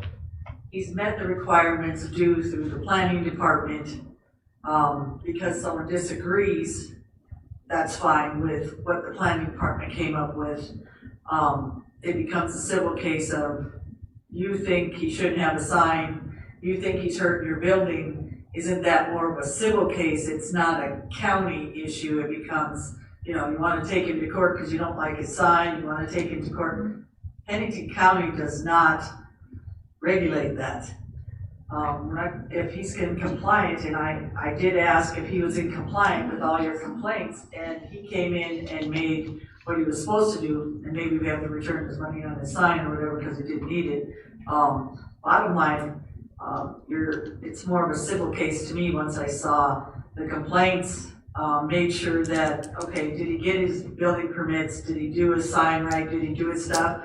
And if he did, it's out of our hands. So we don't make people take signs down if they're in compliance. If their property is ag and they have long grass, grass can be long on ag. Can I just make one clarification on the way this is being, it's ag, but it is ag that is in a platted residential community. It's not just general ag. It is a subdivision. He is not part of the PUD, but it was a platted subdivision, which it's legally recorded as. That's what his property is. So, Jason, could I ask Jason that question? sure. Jason or Brittany, can you tell me, Ms. Evangelista might be confused, or maybe she might be right, I don't know, but, I don't think A is platted or in, their subdivision. Jason? Yep, Jason Dennison, Assistant Planning Director. Yep, so ag is the land use Yes, of the property. right. It has nothing to do with the subdivision, it's the actual land use that's approved for that piece of property, and it is agriculture. Okay, and Legal non-conforming as it is. and it's not part of a subdivision. That's the It is PUD. part of the subdivision, it is a platted lot, but that doesn't have any bearing on the zoning of the property. So it's still zoned agriculture district. Meaning, but, so you understand what she's trying to say? I do, yeah, I understand what she's saying, but the zoning district is agriculture district. So despite it being in the middle of a neighborhood, it Yeah. is still zoned agriculture. So he has a different, so what is the rest of the lots in that area? Is it just platted PUD? Land unit development, I believe there is some other agriculture, non-conforming agriculture districts out there as well. Okay, and you believe this, if, with Mr. what's his name, Jones, did he comply with all the stuff that, planning had to do with this property and these complaints? Yes, yeah, we made several trips out to Mr. Jones' property, met with him on several occasions, identified the structures on his property that needed permits. He came into the office, he applied for the permits, they were approved. From our standpoint, we have nothing more to hold a violation for. Okay, so then that goes back to the evangelist, so like you're thinking that we can do something different than make him in compliance? We would like the opportunity to look at the applications and permits for whatever buildings or structures they may be, so we can make an assessment. I don't necessarily agree with, if he did get a building permit for certain things, I'd like to see them. And you're not We don't doing that even without know having to come up here, you can We go do- do that and then come back and say, okay, with your lawyer, come back and say at this point, it doesn't need to be continued, what you can do is look at that, they should have them hopefully today, you can give it to your lawyer, and then come back and see if they're in compliance instead of continuing, because you might find from all of that and your lawyer that it's more of a civil case and not a county. We can also see that, as we drive by every day, that there is still nuisance issues that have not been addressed. There's still a lot of issues within the 20-some documents and exhibits that we submitted that have not been addressed. So that's part of why we don't know what the planning department is approving, not approving, what's been addressed. So that's why we're asking for a continuance on this. I don't think you need a continuance, though, because we don't have you, we just have you as, the board may take whatever action, so we didn't have you like as a item that we have, you know, on the agenda for us to do. The bottom line is when you come back, or you talk to our lawyer, or you talk to planning, you come back with evidence-based, and your lawyer says, okay, I disagree, and this is what we need to move forward. That way you're all on the same page, because I'm not getting all this between y'all, just discussing that on the dais at this time. Obviously, the big item that we're concerned about is this sign issue. And it's our point that he was given a sign permit for that painting on the side of his house, which if you read the ordinance, it says that it has to meet building setback requirements for the sign. Even in general. His house doesn't even meet building setback, so he really should be required to come in and get a building setback variance. The house was only, it was built at 10 feet rather than the required 25. Brittany speak to that. Signs under our sign ordinance are only required to be set back 5 feet, so sign structures are 5 feet. Doesn't say That's that in not the what it ordinance. says in the ordinance. We're not gonna fix this today without you guys knowing the information, and your lawyer not knowing all the information, that's my bottom line. You need to get with our planning department, get with your lawyer, get with Tyler, get it all, you might just get it all solved out, because that, we're not judges, we're just trying to, we do compliance, we don't do, you know, when maybe take your sign down. So here, this is my district, and I've been to Deanna Nance's many times, and I've tried to solve problems. This one here, the minute I was notified, I was there probably that same afternoon taking pictures. Would I want that? If I was you, would I want my neighbor? No, I wouldn't want that. But I've also reached out to Dwayne and Tyler and said, as a commissioner, tell me what they're doing wrong, because if they're doing something wrong, I'm gonna sit there and do everything I can. If it doesn't follow the county guidelines or criteria, I'm kind of stuck here because right now, nobody's telling me that they're doing something definitely wrong. If you want to sit down with Brittany and Jason and get the paperwork that you need, I mean, I'll be more than happy to listen. I'll even come up and do another site inspection. It's not that I'm leaving it to the folks that have to make the decisions. As a commissioner, I can only try to enforce them. Alan Smoot, attorney for Evangelistos. I think that was part of the problem when we reviewed the memo that came from the enforcement officer. It said all building permits were granted. So that's not an issue anymore, they're granted. It didn't say, it was totally absent about any sign permits, and I guess that would be the question, is there a sign permitting process? Did he meet it? They haven't seen it. If they saw it and the county's approved it, then we might be looking at a civil matter, but we haven't seen it. I think that was why they were asking for the continuance. Right. Is it a requirement for a setback? Well, the sign wouldn't meet that if there is. Is it a requirement that it can't be, it's over 300 square foot? It is a spike sign. It's basically in his memos or his text, he refers to, I will take it down when you stop billing me. So basically, not a First Amendment matter. He's not doing an expression or political opinion.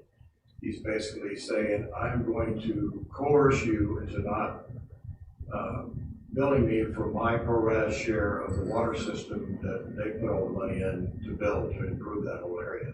So I think that was it. If we could find out either a continuance or can they just resubmit their complaint, which will be winnowed down to just looking at the sign permitting, because this is atrocious and he knows what he's doing, and he has done economic damage to their business. They're trying to be a hospitality business, and they've done a great job of it. I mean, you see it, it's a beautiful place. I think that's all they just, you know, what a normal person would do would say, I'm just not going to pay the bill. For him, it's more hostility, where he's painted the whole side of his house, and the first thing all their guests do is comment about, what is this? And then they're writing about it now, and they're actually getting cancellations. So they've got 45 conditions on this PUD, and they met them, you know, and they worked with the county to get that hospitality business built. So I guess if there isn't anything in the permitting process where the county could say, hey, code enforcement, go out there and tell them to paint over that sign. If that's not possible, then this is going to have to be a civil matter. Chair. I'm gonna, Commissioner Hancock. So that's what Tyler's telling you, that they don't really need a permit after he looked it up, or he doesn't. So anybody can just paint a huge sign, whatever they want. That's why I'm saying you need to, as a civil case at that point, we don't go in and say, well, you can't paint that, that's gonna, you're gonna have to prove that it's a hindrance to their business, all that, and your water issue is the same thing. We don't regulate the water, so that water issue becomes a civil thing. If he doesn't want to pay his bill and he wants to write a sign, and I'll keep saying, all you're talking about the whole time when you've been here is a civil case. Listening to you, just from, they said he went and did a sign permit, and Brittany just said it was 5 feet. Where that goes, on your building or wherever, it still comes back to what you guys are saying, sir, and Ms. Evangelisto, Mr. Evangelisto, you don't like the sign. So Tyler just said, at this point, he's trying to tell you in a nice way, and so is the planning department, it's a civil case. Yeah. Does that make sense? So I do understand where there's a line between the civil and that, and we understand that. But there are still violations that are happening on that property today. Has he fixed some of the things that, you know, he took down some of the? That's when you go, ma'am, to the planning department and all those complaints that I checked. So you can go there now, and if your attorney wants to go with you, to make sure all those are in compliance with, and they can show you the permits today. So what I might suggest is that you get with Brittany, planning, and Dwayne. And if there's something that's not under compliance, come back and let us know. And There you go. we'll do what we can. Okay. So you're gonna have to point out specifics so that we have some tangible evidence that we can, work on. Okay, thank you. Mr. Chair. Commissioner Drew. Yeah. Getting back to your last comment, if there is a violation, I don't believe it should come directly back to the commission. It should be handled through the planning office and then follow that process that we've established so if the planning department comes back and says, yes, there is a violation, I would ask that you don't come back to the next commission meeting, that you follow the process that we have established to go through that process with the planning office as to how code enforcement does their job. So.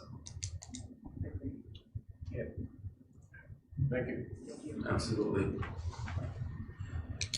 Okay, moving on to item 11, items of building and ground. I'll go on, Davis. Can you hold the report up? Sure. Okay, good morning, Commissioners. Davis Purcell, Director of Buildings and Grounds. Today, I'm just looking for authorization to advertise for bids for our highway warm shed building. This building sustained some damage in the December 2025 wind event.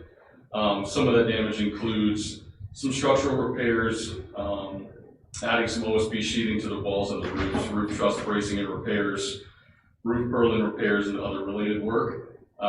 This has obviously taken a little bit longer than we had hoped. Obviously, the departure of the risk manager threw a wrinkle in there, and then obviously FEMA's been involved in this project as well. But we're now looking to advertise, and then I will bring back a bit of word at a later date. Chair, Commissioner Hadcock. move to appoint Rod Easley, got the wrong one, move to authorize building and ground department to advertise bids for repairs to the highway department warm shed building. Second. Yeah, before the vote, I've got some questions. So, what do you estimate the damage to be? It will be over $100,000.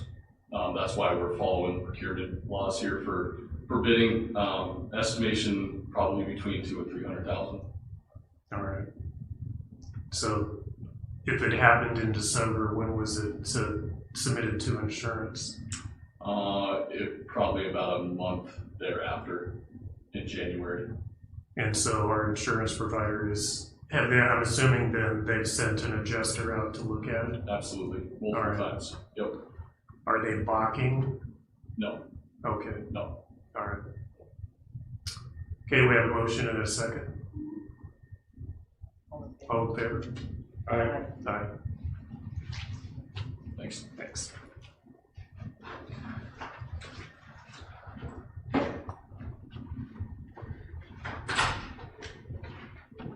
In your absence, Mr. Chair, you just supplemented the budget to the Buildings and Grounds Department by $1.5 million. I appreciate you taking over there. I thought it was more, but that's pretty good. Okay, items 12.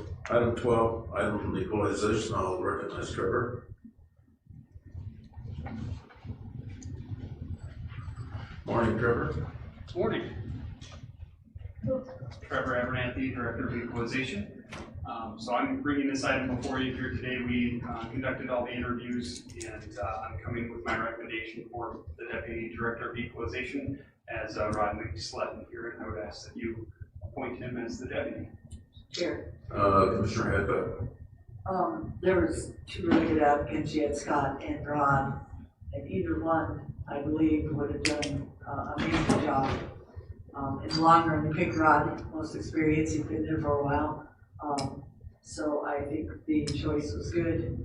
But like I said, I think either one of those would have been a good choice, but one has more experience, and I appreciate the process that you went through and direction. So I don't know if I get to make the motion now, but just wanted to say that because I've been here a long time and seen both of their work, and they're both pretty amazing at what they do. Thank you. Mr. Chair. Commissioner Drew. I move to appoint Rodney Sletton as Deputy Director of Equalization effective August 3, 2026 at P4.1, Step 1, $41.65 an hour. Second. Motion by Drew, second by Jared. Before we vote, I just want to say that that's an excellent choice.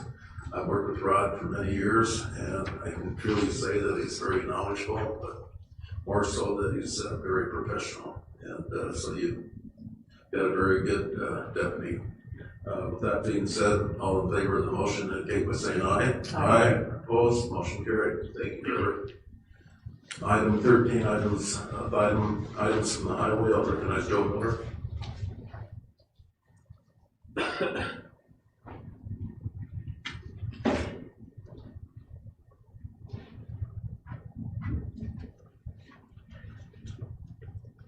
Good morning, Commission. Joe Miller, Pennington County Highway Department. I don't know, is Daryl Hernandez in the audience? I guess he's not here, so. I got, let me get my notes here.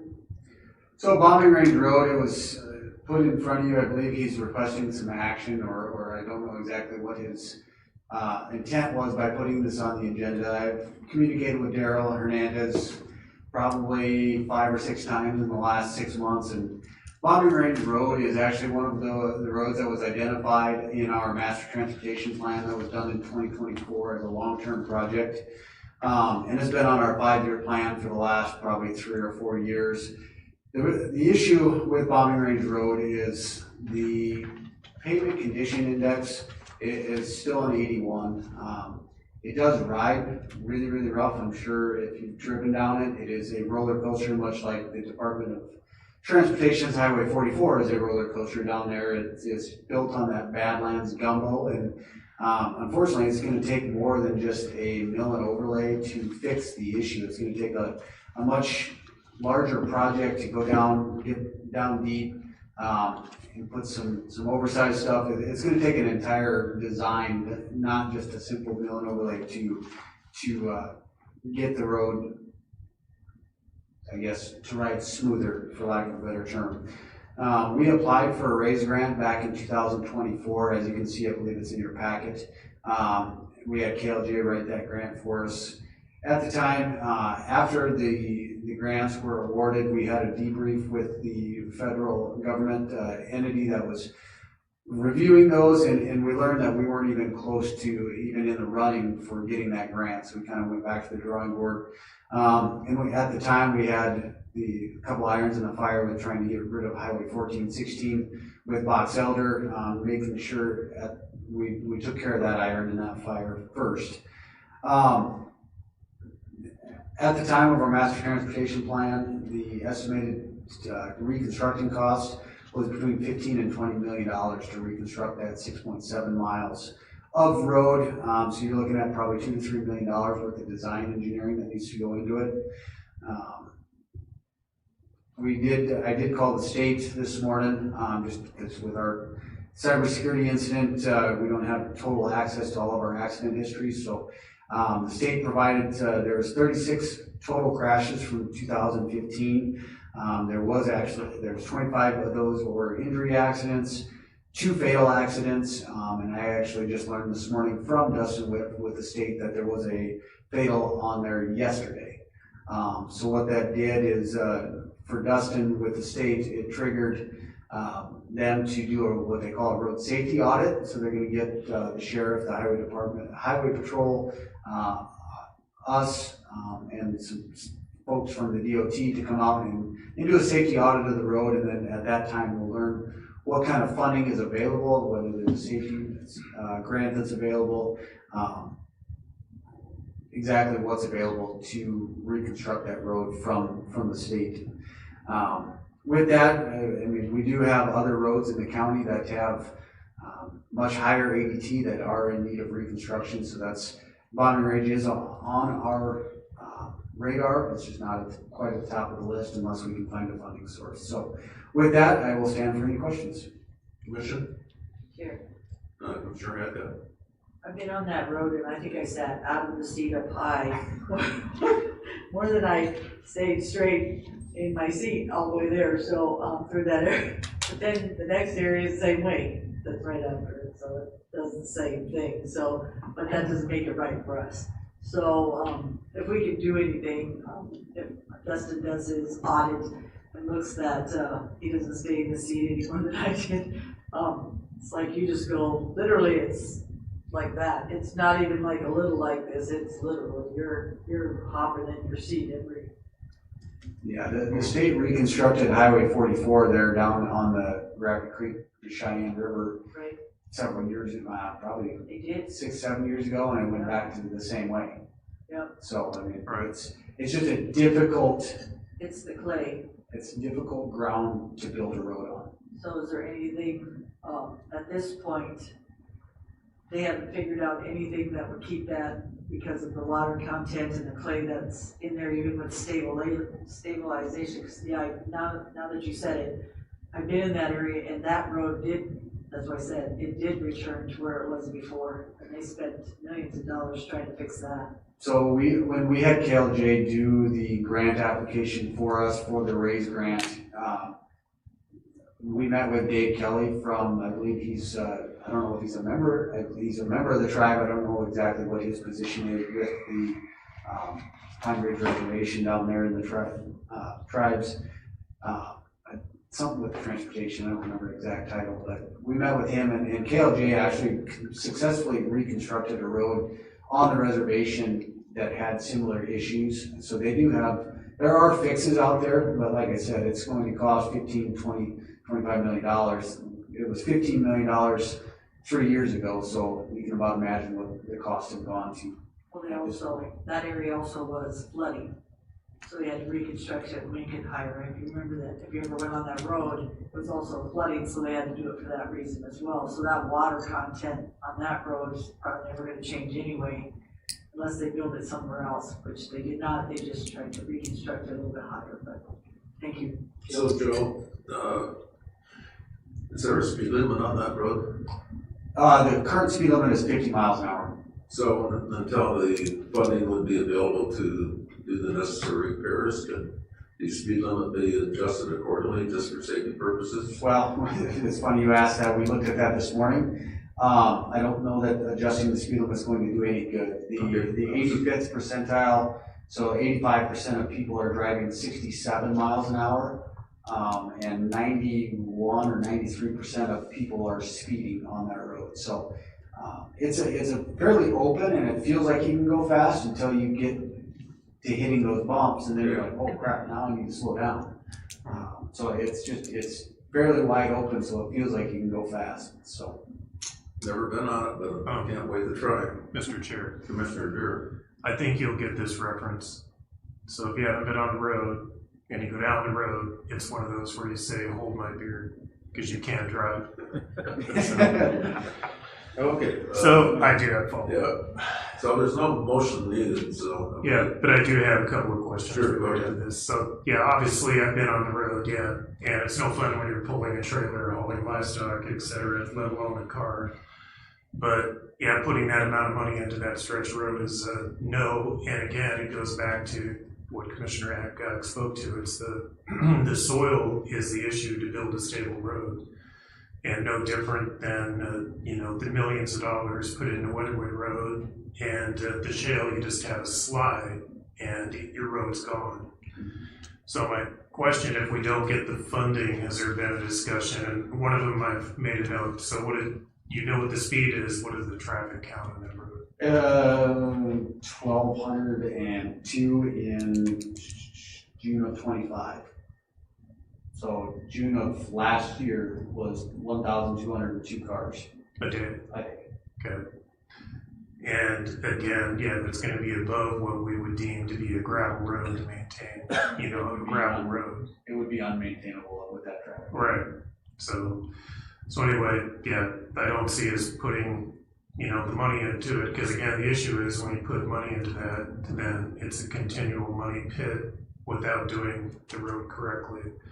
And getting back to some of the other discussions, because of the location of the road, and then I'm sure you're looking at it, is there any federal funding that would help with that, just based on the fact that it ties into the reservation? So. Correct, and that was one of the reasons that we went after the RAISE grant. There is a lower income piece of that raise grant that it checked that box as well for, and we could even do a 0% match. So we wouldn't be required to put any sort of match dollars into it because of what it connects. I'm hopeful that the state will come back with after their road safety audit that there will be some, especially with the three fatal accidents that are on it, that there will be some safety dollars that are available. And so you're saying it's 7 miles, so that's about 3 million a mile. What is the average if we were to just do a project with good stabilization? What's the cost per mile for blacktop? So, I mean, we're doing a cement stabilization this year, and it's about $100,000 a mile. And then if you put an asphalt mat on top of that, it's about $150,000 to $180,000 a mile per 2 inches. So you're looking at about $300,000 a mile if you put asphalt, 4 inches of asphalt on top of it. So it's about $500,000 a mile if you do a stabilization with a mat. And if you were just to do new, is it still going to be about 3 million a mile? Probably there. All right. Well, I just ask that you keep the commission apprised if anything changes on that, and we'll move on to item B, which would be resolution 26-16. Yeah, this item comes from the last meeting at your guys' request, so delegating the authority to the highway department to approve permits to occupy the right-of-way. Chair, Commissioner Haddock. move to approve resolution 2616 to delegate administrative authority to the highway superintendent to approve certain permits to occupy county right-of-way, highway right-of-way. Motion by Haddock. Second. Second by Drews. Mr. Chair. Commissioner Gert. Yeah, just a talking point. So, Joe, could this be done just by striking the resolution just by motion? And I only say that because every resolution that's done has different statutory requirements and publication. I would defer to Tyler, I think, so like our utility permits and anything else that's delegated to our office that actually lies with you guys is done by resolution. So this, I believe, was... So, and I guess, yeah, we have a resolution for this, you know, basically an example, whether it's going to close the road for a parade, and then there's a permit that was going to Joe, and Joe was bringing in from the highway department. And my recollection is we were trying to find if there was any statutory requirement that even came to the commission in the first place. Mm-hmm. And in essence of the statutory requirement that the commission has to prove it, one, if that's the case, then two, we're not delegating our authority. And the question is, could this just be done by motion versus a resolution? Ooh, that's a good question. Because a motion is a resolution. Yeah, I get the point. I mean, I suppose a motion would be fine. I just know with other delegation of authority, this commission has historically at times used the resolution process, but I think either would be totally fine. So I think, if I may, I think we would prefer the resolution just because then now there's a document that can be in our files. And I mean, we went back to 2007, I believe, is when we found the first one in our files, just trying to figure out why the process was done the way it's done. And this will kind of set a standard as far as there's a piece of paper that Jordan can have in his office and we can have in our office that delegates or tells us how this has come, why it's come the way it's been done. So Commissioner Haddock. I agree. It's just easier and cleaner to have a resolution in a way that you have documentation and you have something to follow and to tell our constituents as well. And why we did it, and that we did give authority to Joe at that point. Most of the time, you know, it's approved, but it gives it reason or not reason to do what he needs to do. So I don't think you've ever denied anybody anyway, Joe, but still, I like it to be cleaner with resolutions. Thank you. Okay, Mr. Chair. Yeah, just going to follow up. My question is that a process that is required by the Board of Commissioners to? So my point being, if there's nothing that says we have to approve this in the first place, that's my question, or is it just live with you?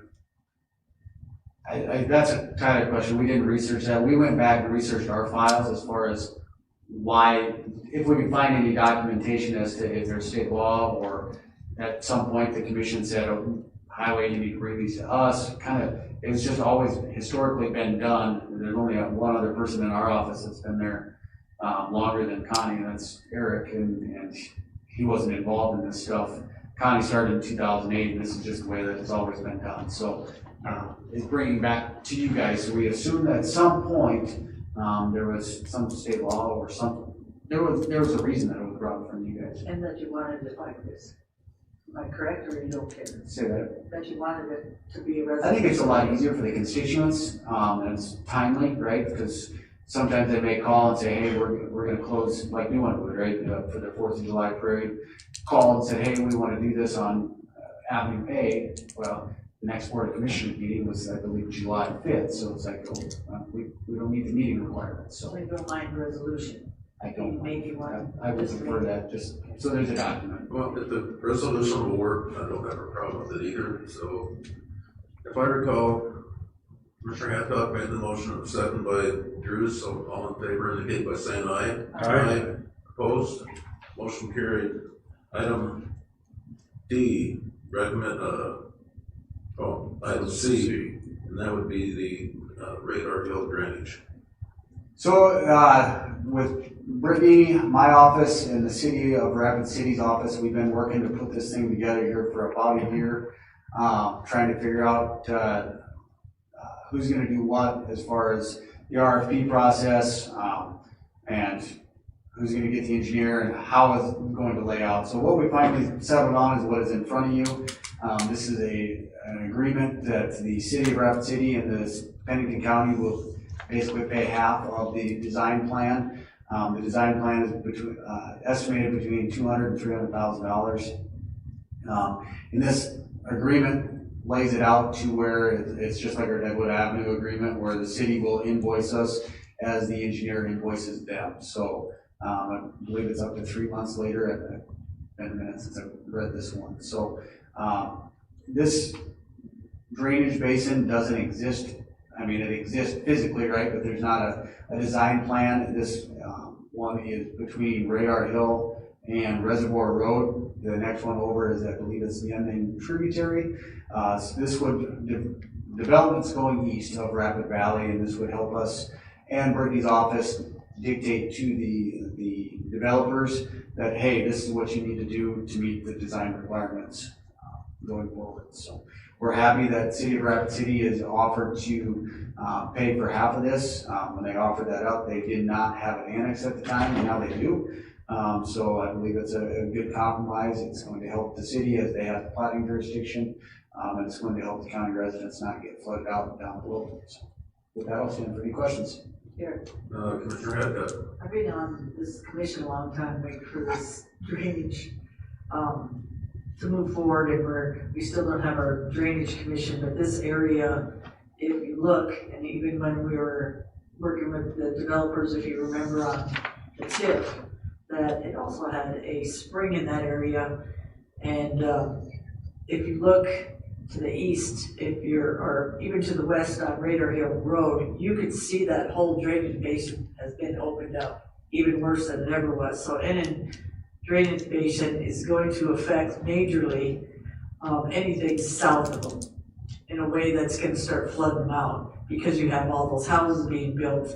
And it's a very big plus when you have a drainage study and you're telling developers, because before, remember, in a couple areas, Joe, we couldn't really say anything. We didn't have the evidence based. So that's your bottom line. And I've always been into infrastructure, making sure it's done right. And I just told people that were living in that area that, yeah, you guys are gonna get a study, and hopefully we help in your area, because if you see those houses, they have to be built up a little bit, because that water from either the spring that's in the corner of the properties and that drainage basin is causing them some issues. So right now, of course not, because it's been drier than heck, but what happens when we have some major water in that area. So thank you for doing this. Thank you for Brittany. Like I said, when I saw that, I was just like, woohoo, because they're finally getting it done. And that's not my district, but I've been working with that area for a while, just trying to get, as you remember, we went into all these different areas in Rapid Valley and otherwise to make sure they had some metering ponds and some other stuff for drainage, and we're lacking a lot. So this is gonna be doing it right. So thank you, Joe and Brittany, or anybody else that was part of your team getting this done. Mr. Chair, Commissioner Cruz. I move to approve the agreement for the Emmett Morris and Radar Hill Drainage Basin Design Plan with the City of Rapid City. Motion by Drews, seconded by Hancock. All in favor indicate by saying aye. Aye. Opposed? Motion carried. I think that agreement is really a step in the right direction, so thank you for working on that, Joe. And we'll move on to item D, which is, Item D is just informational only. This is just letting you know that we've picked a date with for our road rescue community outreach program. We've had success for the last 2 years doing this, and we'd like to continue doing this well into the future. It's a good event. It gets our kids out. You know, there's a lot of they call them quote unquote touch truck events out throughout the city. Simon and Leeds and whatnot put some of these on, but they don't get to see the big snow blowers, the SWAT vehicles, stuff like that, that they do at this one. And we appreciate Jerome and the sheriff helping us out, getting some of the fire trucks and the SWAT vehicles and the SHRP there for the kids to climb on and have some fun. And in the past, we've gotten a good food truck turnout. Hopeful that will continue well into the future as well. So with that, I'll stand for any questions. Commission? Well, I think it's a good program, and keep up the good work. I'd like to see you guys there. Okay. 110. What's that? Is that gonna be on one of those 110-degree days? Well, what is it, 75 degrees today? I seen somebody was scraping frost up on the hills, so snow's right around the corner. We're already thinking about it, so. Okay, item 14, items from information technology. This is for information only, no action required. I'll recognize Mike Iverson. Good morning, Mike. Good morning, Commissioners. Mike Iverson, IT Director. What I want to come back about this morning is about a month back when we were talking about our budget hearings. I brought up that we would probably be moving towards Office 365 in the cloud, the government cloud, probably about the 2028 budget. With recent changes that we've gone through, it looks like we're going to be able to accelerate that, which I think is a very good thing. That's going to make a lot of different changes for us. When we exchange the cloud, allow us to change up some antivirus software, MFA, allow Teams, and then Office subscription to go through. There's a lot more with it too that we'll get into. The reason I bring this up is it's kind of almost like a one-way street. Once you start going into the cloud, getting back out is much more difficult. So it's something I want to make sure you guys have the information on to think about. The cost for this, roughly $35 to $40 per user per month. 800 users, you're looking at 500 a year, so almost 400,000 every year. A lot of that cost will be it will replace other things we're currently paying for, like our antivirus, some of our licensing, other things along those lines. But I don't think it's going to be a one-to-one deferment, so there will be extra cost to it. I won't know what those are until we start looking into it more, and I can get better numbers at that point. I just didn't want to start down this path without you guys feeling like this was a good way to go. I did have a conversation with Mike Waldner. He is in charge of SecureSD. That's the organization that the state set up to work with the Attorney General's office, the money that they gave them to help secure city and county funding, to just improve their security postures. After the conversation with him, we both agreed that SecureSD will probably be able to at least take on that first year of financial responsibility for us. So we wouldn't be looking at it until maybe end of 2027 budget year, beginning of 2028, where we would end up being. But it really depends on how long that implementation takes. And it does take a little bit. So with that being there, I'm happy to stand for any questions. Commission? Mr. Chair. Commissioner Cruz. So, Mike, is there any alternative, any alternates that? There are some alternates. Microsoft is kind of pushing us this way anyway. They have been for quite a while. Everybody wants us to be in the cloud. Everybody wants that subscription-based access, so they're constantly getting a constant payroll. We have been utilizing every 4 years we replace the Office solution on computers. They're slowly phasing that out. Our on-prem Exchange licensing for the next version is going to be subscription-based, even though we own the servers. I want to say that was going to be close to $130,000 a year for us to have the privilege of doing what we're already doing. So we're kind of paying force this way. Okay, so time frame on this? Talking with Mike, it's a month or two of just paperwork to get everything ready. We've already got an MOU in place that we had you guys set up for us, I believe, at the end of last year with Secure SD. So that's already in place. Now it's selecting a vendor, going through their RFP process, which they've already done, making sure they understand and we lay out what all we want them to do, and then pulling the trigger on it going forward. So, thank you, Mr. Chair, Commissioner Gerb.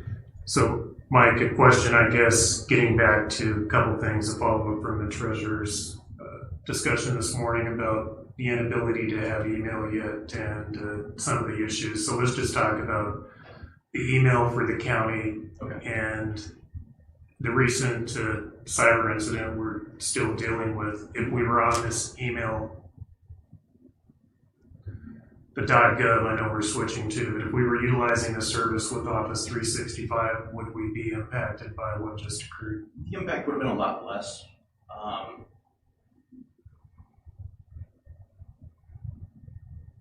I can't really say that for certain, because once you start making changes like that, the way everything played out may have been different.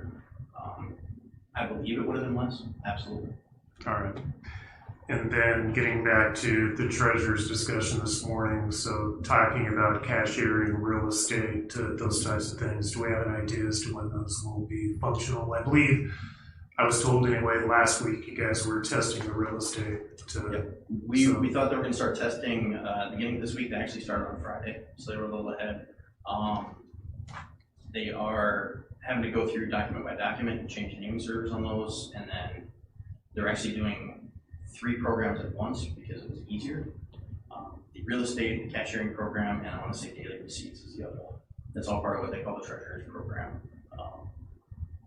They're working through testing, everything's going smoothly. They don't think they'll have, as long as we don't run into any hiccups, we're thinking Monday, Tuesday next week we'll install in the treasurer's office, and they'll be rolling on that portion as well. All right, thank you. Commissioner Hadgood. Main issue is to put all your documentation in comparable, be nice, and then the numbers, but I think I already talked about that, or maybe I talked to Ken about that, because I was saying I know nothing about on the technology side. If Mike could kind of bring those comparables and why we would switch, what that would entail and the cost, So we're talking about that today, and you're bringing that forward to us. This was just information only. So I appreciate that, Mike, and everything you've done for our county through the IT department since we hired you. So thank you, Mike.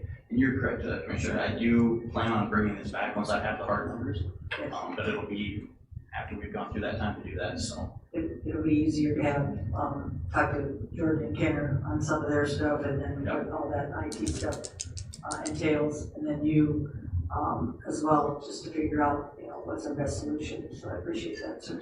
Thank you. I guess my comments would be is that time's changing, and we're just gonna have to change with us, or change with them, and it's just gonna, it's gonna be some cost involved. So if this is one of the alternatives, and we need to be looking at it pretty hard. So thank you, Mike. Appreciate you coming up. Thank you, guys. Move on to item 15. That'd be item from the Commission Office. I'll recognize Jerry Deere. All right, thank you, Mr. Chair. So as we've had the discussions about, the notification last year from the Rapid City Fire Chief about the continuity and continuing of EMS services in the unorganized areas of Pennington County to include those municipalities that are outside of the municipal boundaries of Rapid City. And so a couple of weeks ago or so, we had a letter sent to the fire chief talking about what would be required from the county and to continue those services in 27, knowing that we cannot get a taxing entity stood up or have that discussion for revenue coming in 27. Chairman Weifenbach did call me yesterday and said he's been in discussions with the Chief Culverson, and that as long as we're working on something for the future, that, they would probably likely continue those services. I also had a conversation with him and said, I appreciate the fact that this communication is there, but what I would like to see is the city of Rapid City through the fire chief to come back in writing and say what those requirements are, because there is a concern not only for the unorganized areas of Pennington County, but as well. I talked to New Underwood mayor last week. This past week, I spoke to one of the city council people on Wall, who's on the ambulance board in Wall, talking about some of their issues. Had a meeting with a few more of my constituents in the New Underwood area, and they appreciate the fact that the commission's kind of taking the lead on working on getting something, and so everybody kind of wants to be involved in the process. I previously mentioned that about a month ago, I was in a meeting with Robert Tim from Government Affairs Director with Box Elder and their new city administrator, Hank Prim, talking about a grant submittal to the State Department of Health that would hire a consultant that would kind of take a regional approach. And at that point in time, I said yes, that Pennington would like to be included in that. I did hear some conversations about whether or not Pennington should participate in that, and so that's why I have it on the agenda today. In my conversation with the mayor of New Underwood last week, I believe they communicated to the city of Box Elder via email that they would like to participate in this. And so looking for kind of a central warehouse as to where this information and who's going to be the main point of contact for all of these entities. I also had a recent discussion with the chairman of the board in Meade County, wanting to be involved and have some continued communication as we go through this. So this whole thing, impacts our entire communities, and so that's why I have written my memorandum and then saying, one, that we would be involved in the discussion if a consultant is hired, and that we would partner with all the other communities and the other people that are reaching out. And when this was brought forward in January, that we had the communication late December of 25, January of 26 from the city about this matter. At that point in time, even in my own mind, as the months went on, I thought that this is something that should have resided and utilized the people that we have in the emergency management office that do coordination and planning and that type of stuff. And so that's why I have written the letter, and that's why I have a motion in front of us today. Sure. Commissioner, I can appreciate all the work you've done, Commissioner Durr, and I can respect that. But I also, when you talked about a grant on the dais last time, I looked it up. That grant was never voted on as us as a partner. In the past, I've talked to other departments, that if we're going to be in a grant, we should actually have a motion and be a partner. It shouldn't be a commissioner just saying we'd like to be a partner. There's 5 people that partner on this grant. I'm not against the grant. I talked to Robert Tim as well. That's where I got the grant. And we don't even have, I have the grant, but the rest of the commission doesn't even have the grant of what we're participating in. I can appreciate, again, where you're coming from, but when I'm reading your memo from July 7th, I'm reading your memo from now from emergency services or emergency management, and you phoning Dustin and putting this memo on here and putting a motion on here for EMS, who's emergency management service, not emergency medical services. I can see that he can be part of the consulting process with fire district or anybody else. But it looks like to me, and maybe I'm wrong, that you have not only ambulance on here, but you had regional EMS planning and to coordinate with City of Box Elder, Rapid City Fire, affected jurisdiction, state partners. So number one, where was the vote that we were going to be a partner in the grant? And number two, where are you going? Because when I'm reading your memos, you're adding everybody as a combined fire ambulance funding total approximately $6 million with the county fire administrative levy included. Where's all this going? Are we doing ambulance service? Because that's where I thought this was. Emergency medical service through the grant. It doesn't have anything to do with the rest of fire, state partners, all that stuff for emergency management to do. I'm not getting all this, because between the two memos, all I'm seeing is that you look like you want to take fire, you want to take ambulance, you want to take the levies all into one. Then you did a grant that you partnered with yourself in with Box Elder, and I get you want to do it, and I don't think it's a bad thing, but it needs to be upfront. Because I didn't know we were partnering with a grant. I was sitting on the backside with a bunch of people that actually, for free, not $150,000, that didn't need to have a consultant, that actually I believed already knew all the information without paying somebody to find the answer we were going for anyway. But if this board as a whole, that's why I'm asking, wants a grant, we should have voted on that grant. That grant isn't even on the dais today. I asked Jordan the same question. Jordan, did we ever vote on a grant and be a partner? And I said, did you get the same feeling that I did, that we were being a partner in a grant that we never voted on, and that it should have came to the commission? And he said, yes. I asked other people, maybe I'm being wrong on grants. So number one, first of all, Jerry, I think what needs to happen, and I appreciate that you're doing all this work, you need to vote on the grant to see if you want to do it. Today should be on the dais to move to direct Pennington County Emergency Management. Then, with that grant, if this board decides that EMS, Dustin, we want to take Dustin and have him help with the consultant on ambulance, I get.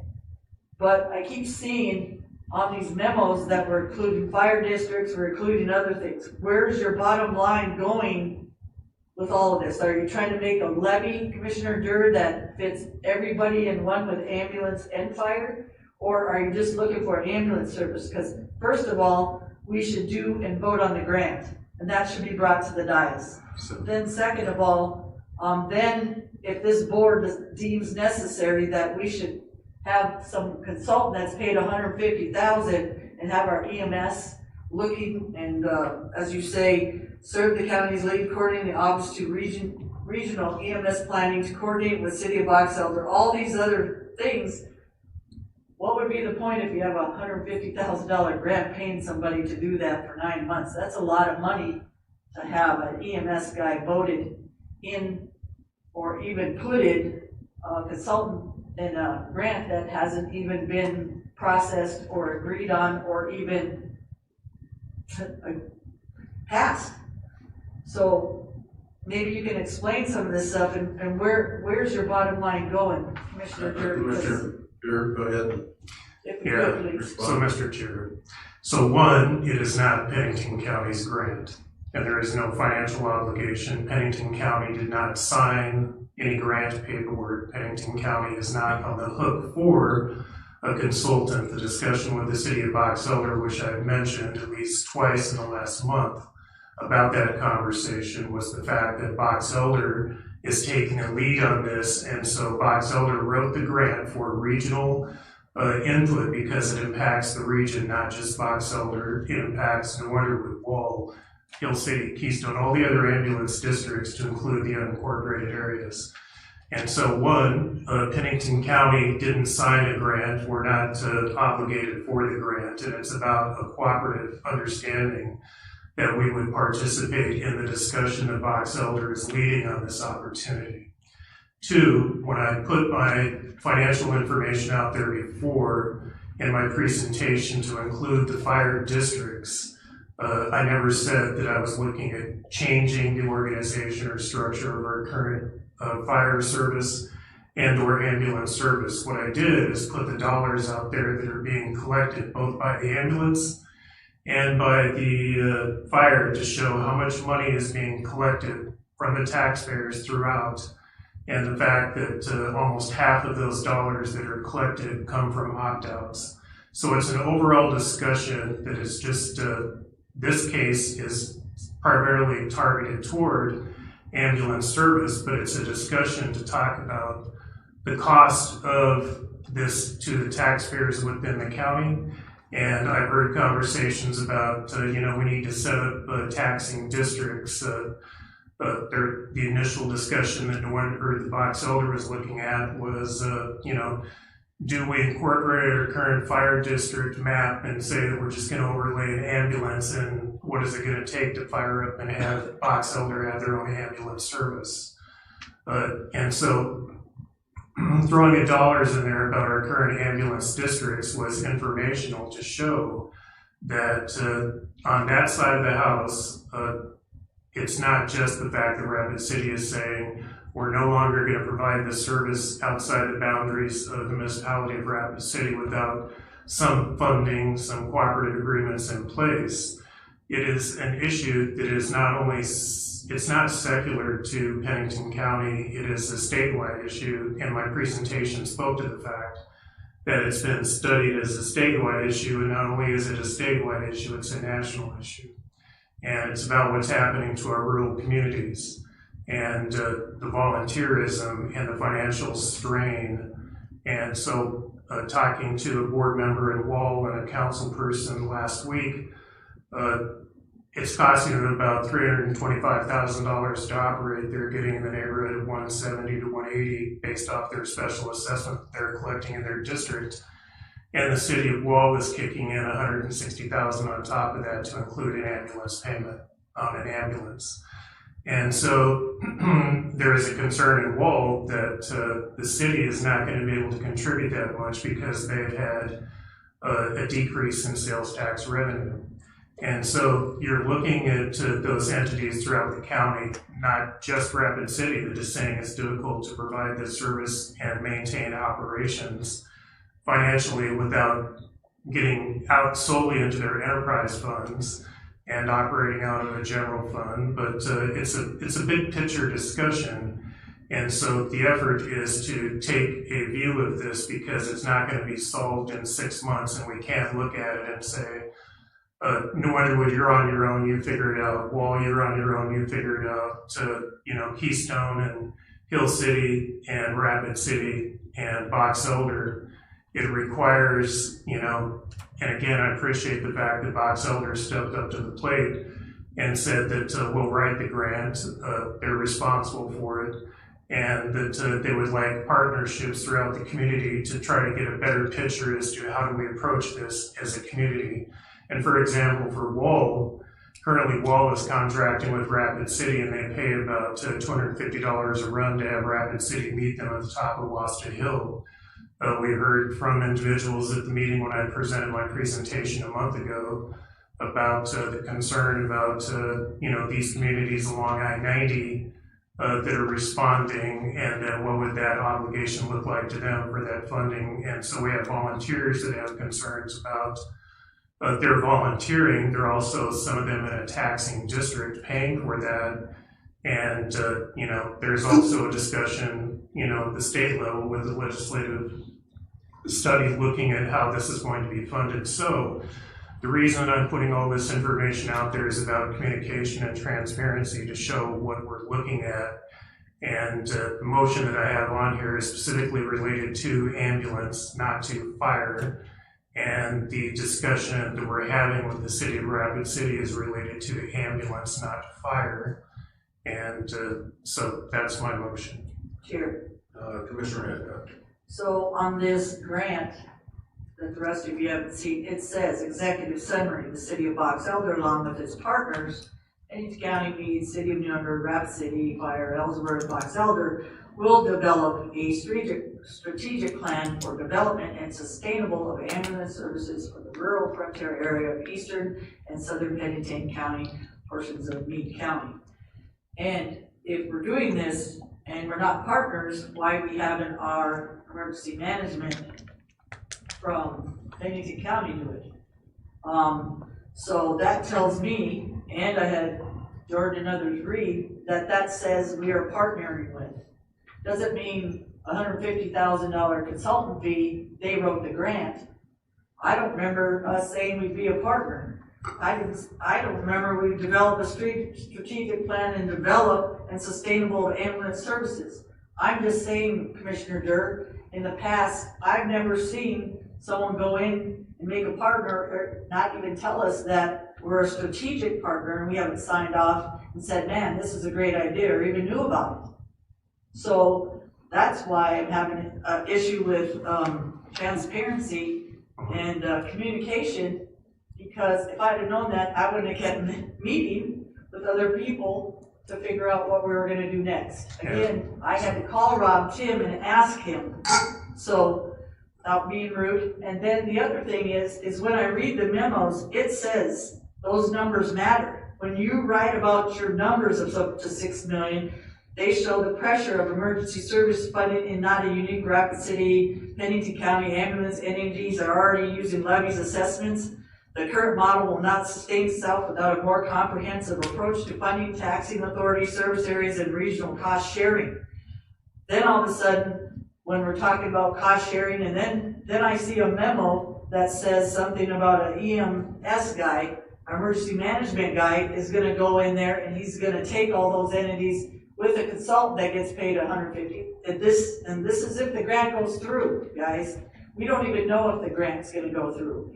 So I would say, see if the grant goes through and then make your decisions. Don't start having people call other people from our Pennington County and start designating them to help with something. I get that you're working this and you wanna do this, but I'm not willing to, number one, I think we should put the grant, no offense, that I said should have been on the agenda today and never got on here for discussion. And number two, see if that grant goes through, then decide if we want our EMS to spend the time with a consultant that pays $150,000 to go through. I don't mind partnering, I don't mind any of this. I just like more transparency when I'm doing something or trying to work on something, because it's not just your district.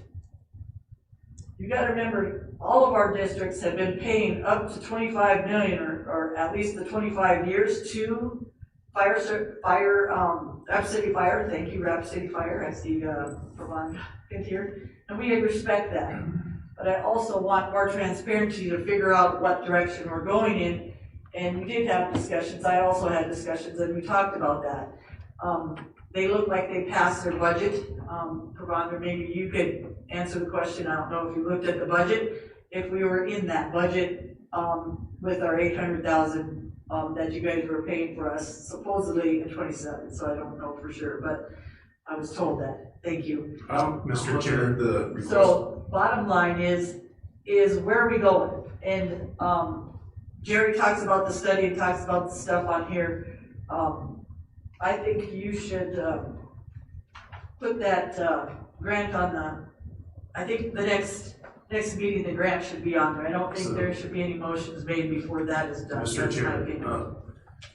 Chair, Yeah, I'm just going to make a comment that at the last commission meeting, I have talked about this grant opportunity with Bob Zelder, and in fact, you said at one of the meetings anyway, I believe the last one we talked to this about, that you didn't believe we needed to do a consultant, that we had the people in-house to do this. So I'm going to move to direct the Pennington County Emergency Management Office to serve as the county's lead coordinating office for regional emergency management services, ambulance, planning and to coordinate with the City of Box Elder, City of New Underwood, Rapid City Fire affected jurisdictions, state partners, and any, and here's a key word, potential consultant hired by the City of Box Elder to develop options for maintaining sustainable EMS ambulance coverage in Pennington County. Chair, I have a question before the motion. Commissioner Haga.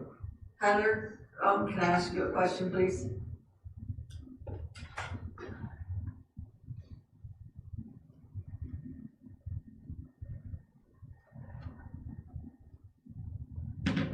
If we're partnering, or we are said to be a partner in a grant, do we legally have to vote on that as a commission?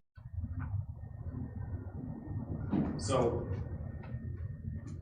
my understanding from Tyler Sobczak, State's Attorney's Office, my understanding from what Commissioner Durr put forth earlier, though, is we're not a party to the grant, right? We're just kind of a innocent bystander, for lack of a better term. Would you like to read the grant? What it says in it? We did not submit the grant, it's Box Elder's grant. It's a grant, but they put us as a partner. Why I'm saying that is by listening to other people that have done grants and asking them if we're partnering in a grant, doesn't matter if we are not the recipient, meaning we are not the main person, but we'd like to partner, that we have always had a motion on the floor to be able to be partnering, or does a commissioner go in and say, okay, I believe that we should be a partner, go ahead and write us in? Not that I've been, since I've been here. Right, but I guess, where I'm getting hung up on your question, Commissioner Hadcock, is, I guess we're kind of more of a stepping into an advisory or consultant role with Box Elder's grant. Is that? Read what it says and then tell me if it says that. We're doing a strategic plan with them as a partner. Is what I read. Which means that if a consultant reaches out to us, then we would. Thank you. Yeah, I mean, honestly, Commissioner, I'm just gonna need more time to look. I would need more information to be able, but if we're stepping into an advisory role and the role is simply to direct somebody to kind of act on the county's behalf with whatever meetings and other planning there might need to be with a city's grant, then I don't see us, and like I said, I've not seen this grant at all. I wasn't prepared to speak on this. But if we're just really crowning somebody as someone to speak on behalf of the county, I don't see how that necessarily makes us a partner.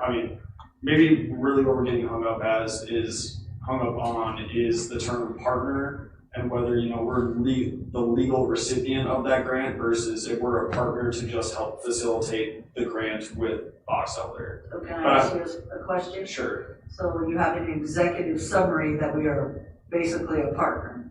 That isn't just like we're helping strategically to do something or other. Number two is our EMS. Let's talk to Dustin. What's his job description? If he's going to just help like fire and everybody else's, I get it. But you had a commissioner, and here's what drives me nuts. It's called team. It's called knowing and communication. We just had a thing about me going to see and communicate and be transparent to our on our budget to our department heads and other people, and was told that that wasn't transparent and that wasn't good communication. Then we come up with this, and I heard about a grant, and I said I didn't really think the grant was okay, so let's be up straight, because I could do it with a bunch of people that already moved forward with this for not $150,000. So that's why I didn't and needed to go check on the grant, because I heard it was $90,000 and it wasn't, it was $150,000.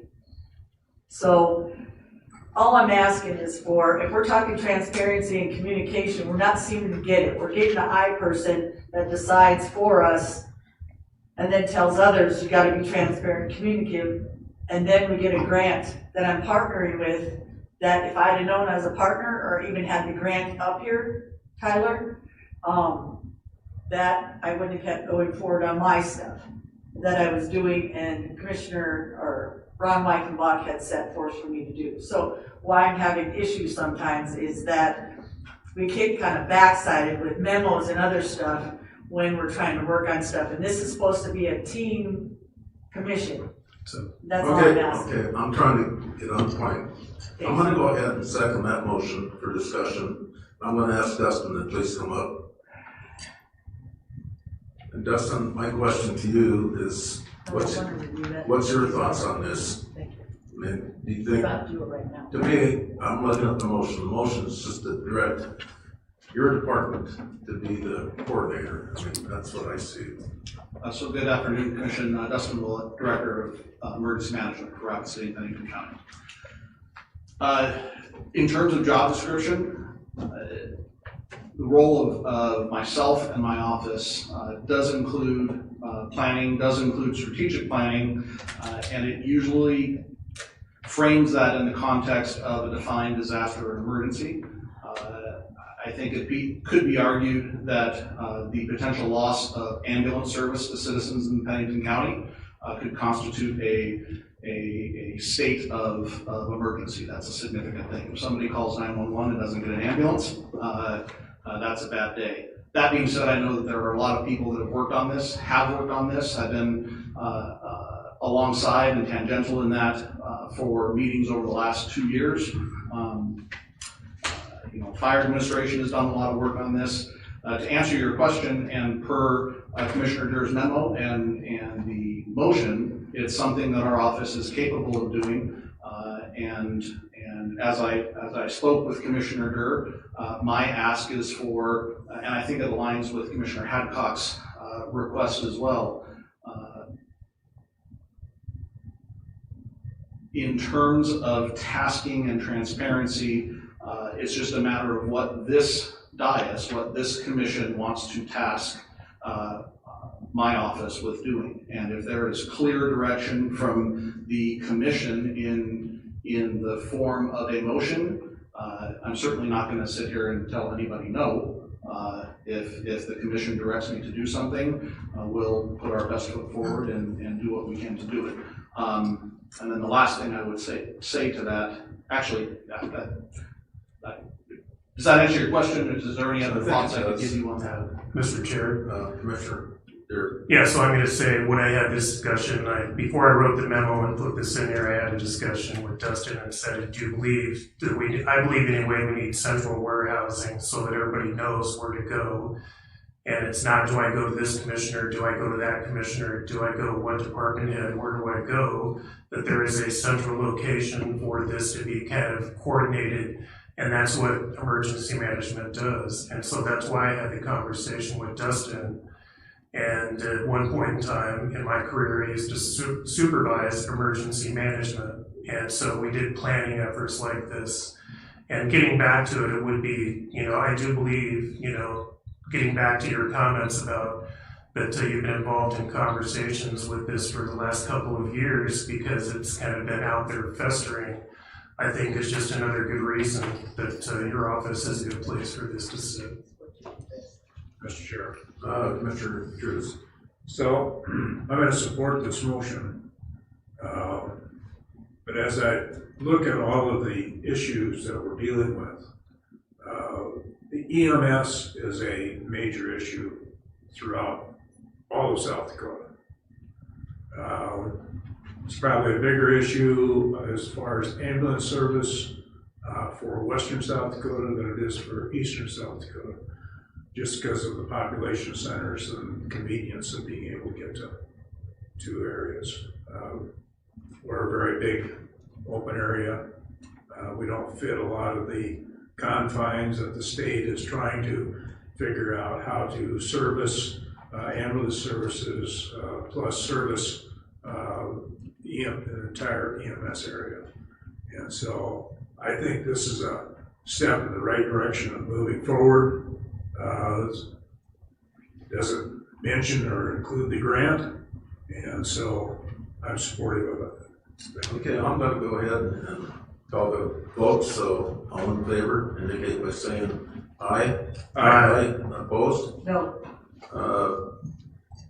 One nay by Commissioner Hadcock. Chair, my explanation is that if we're going to do a process, we do the same for everybody on grants and communication and transparency. Thank you. And when I put something on the agenda, I think it should be on there, and people should control that agenda and take my stuff off. Thank you. Item number 16, updates from Commissioners. Start with Commissioner Drews. Well, the last couple of weeks have had a number of things that I've participated in.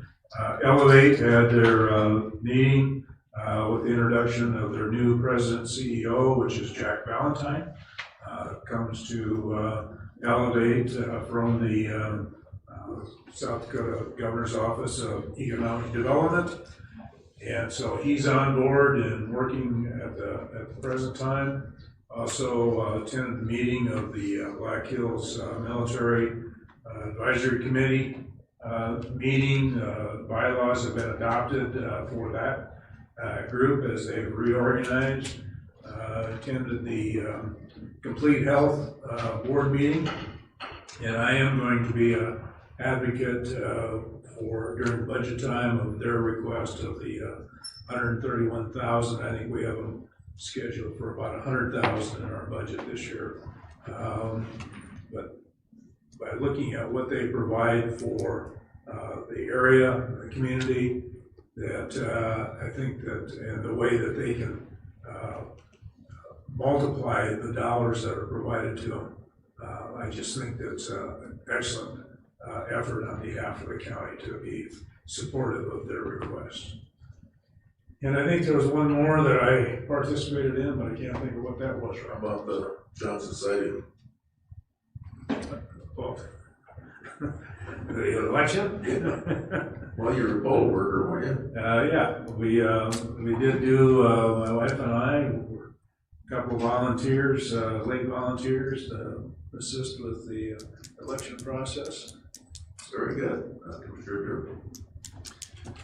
Yeah, just, again, meeting with several people in my district and my community over the EMS issue, and then Commissioner Drews and I finished up last week the final interviews for the public defender, and anyway, we've come to a decision on that, I do believe, and so anyway, that should be something that should be announced shortly, but we had a great list of candidates in-house in the public defender's office, and it was just through the interview process, it was just a better understanding as to how the office operates, and what came out of it, you know, through the multiple interviews of everybody that works in that office, is that there is you know, good coordination and really a passion to do that work, and that's what came out of it, is that everybody that came forward, the reason they're in the public defender's office is because they really love what they're doing and they have a passion for that work. And we're very fortunate, in my mind anyway, and I'm sure Gary would echo the same thing, that we're very fortunate to have that team over there, and they're doing some great work, so. Well, very good. Commissioner Hadcock? And myself, I offered to be the poll worker.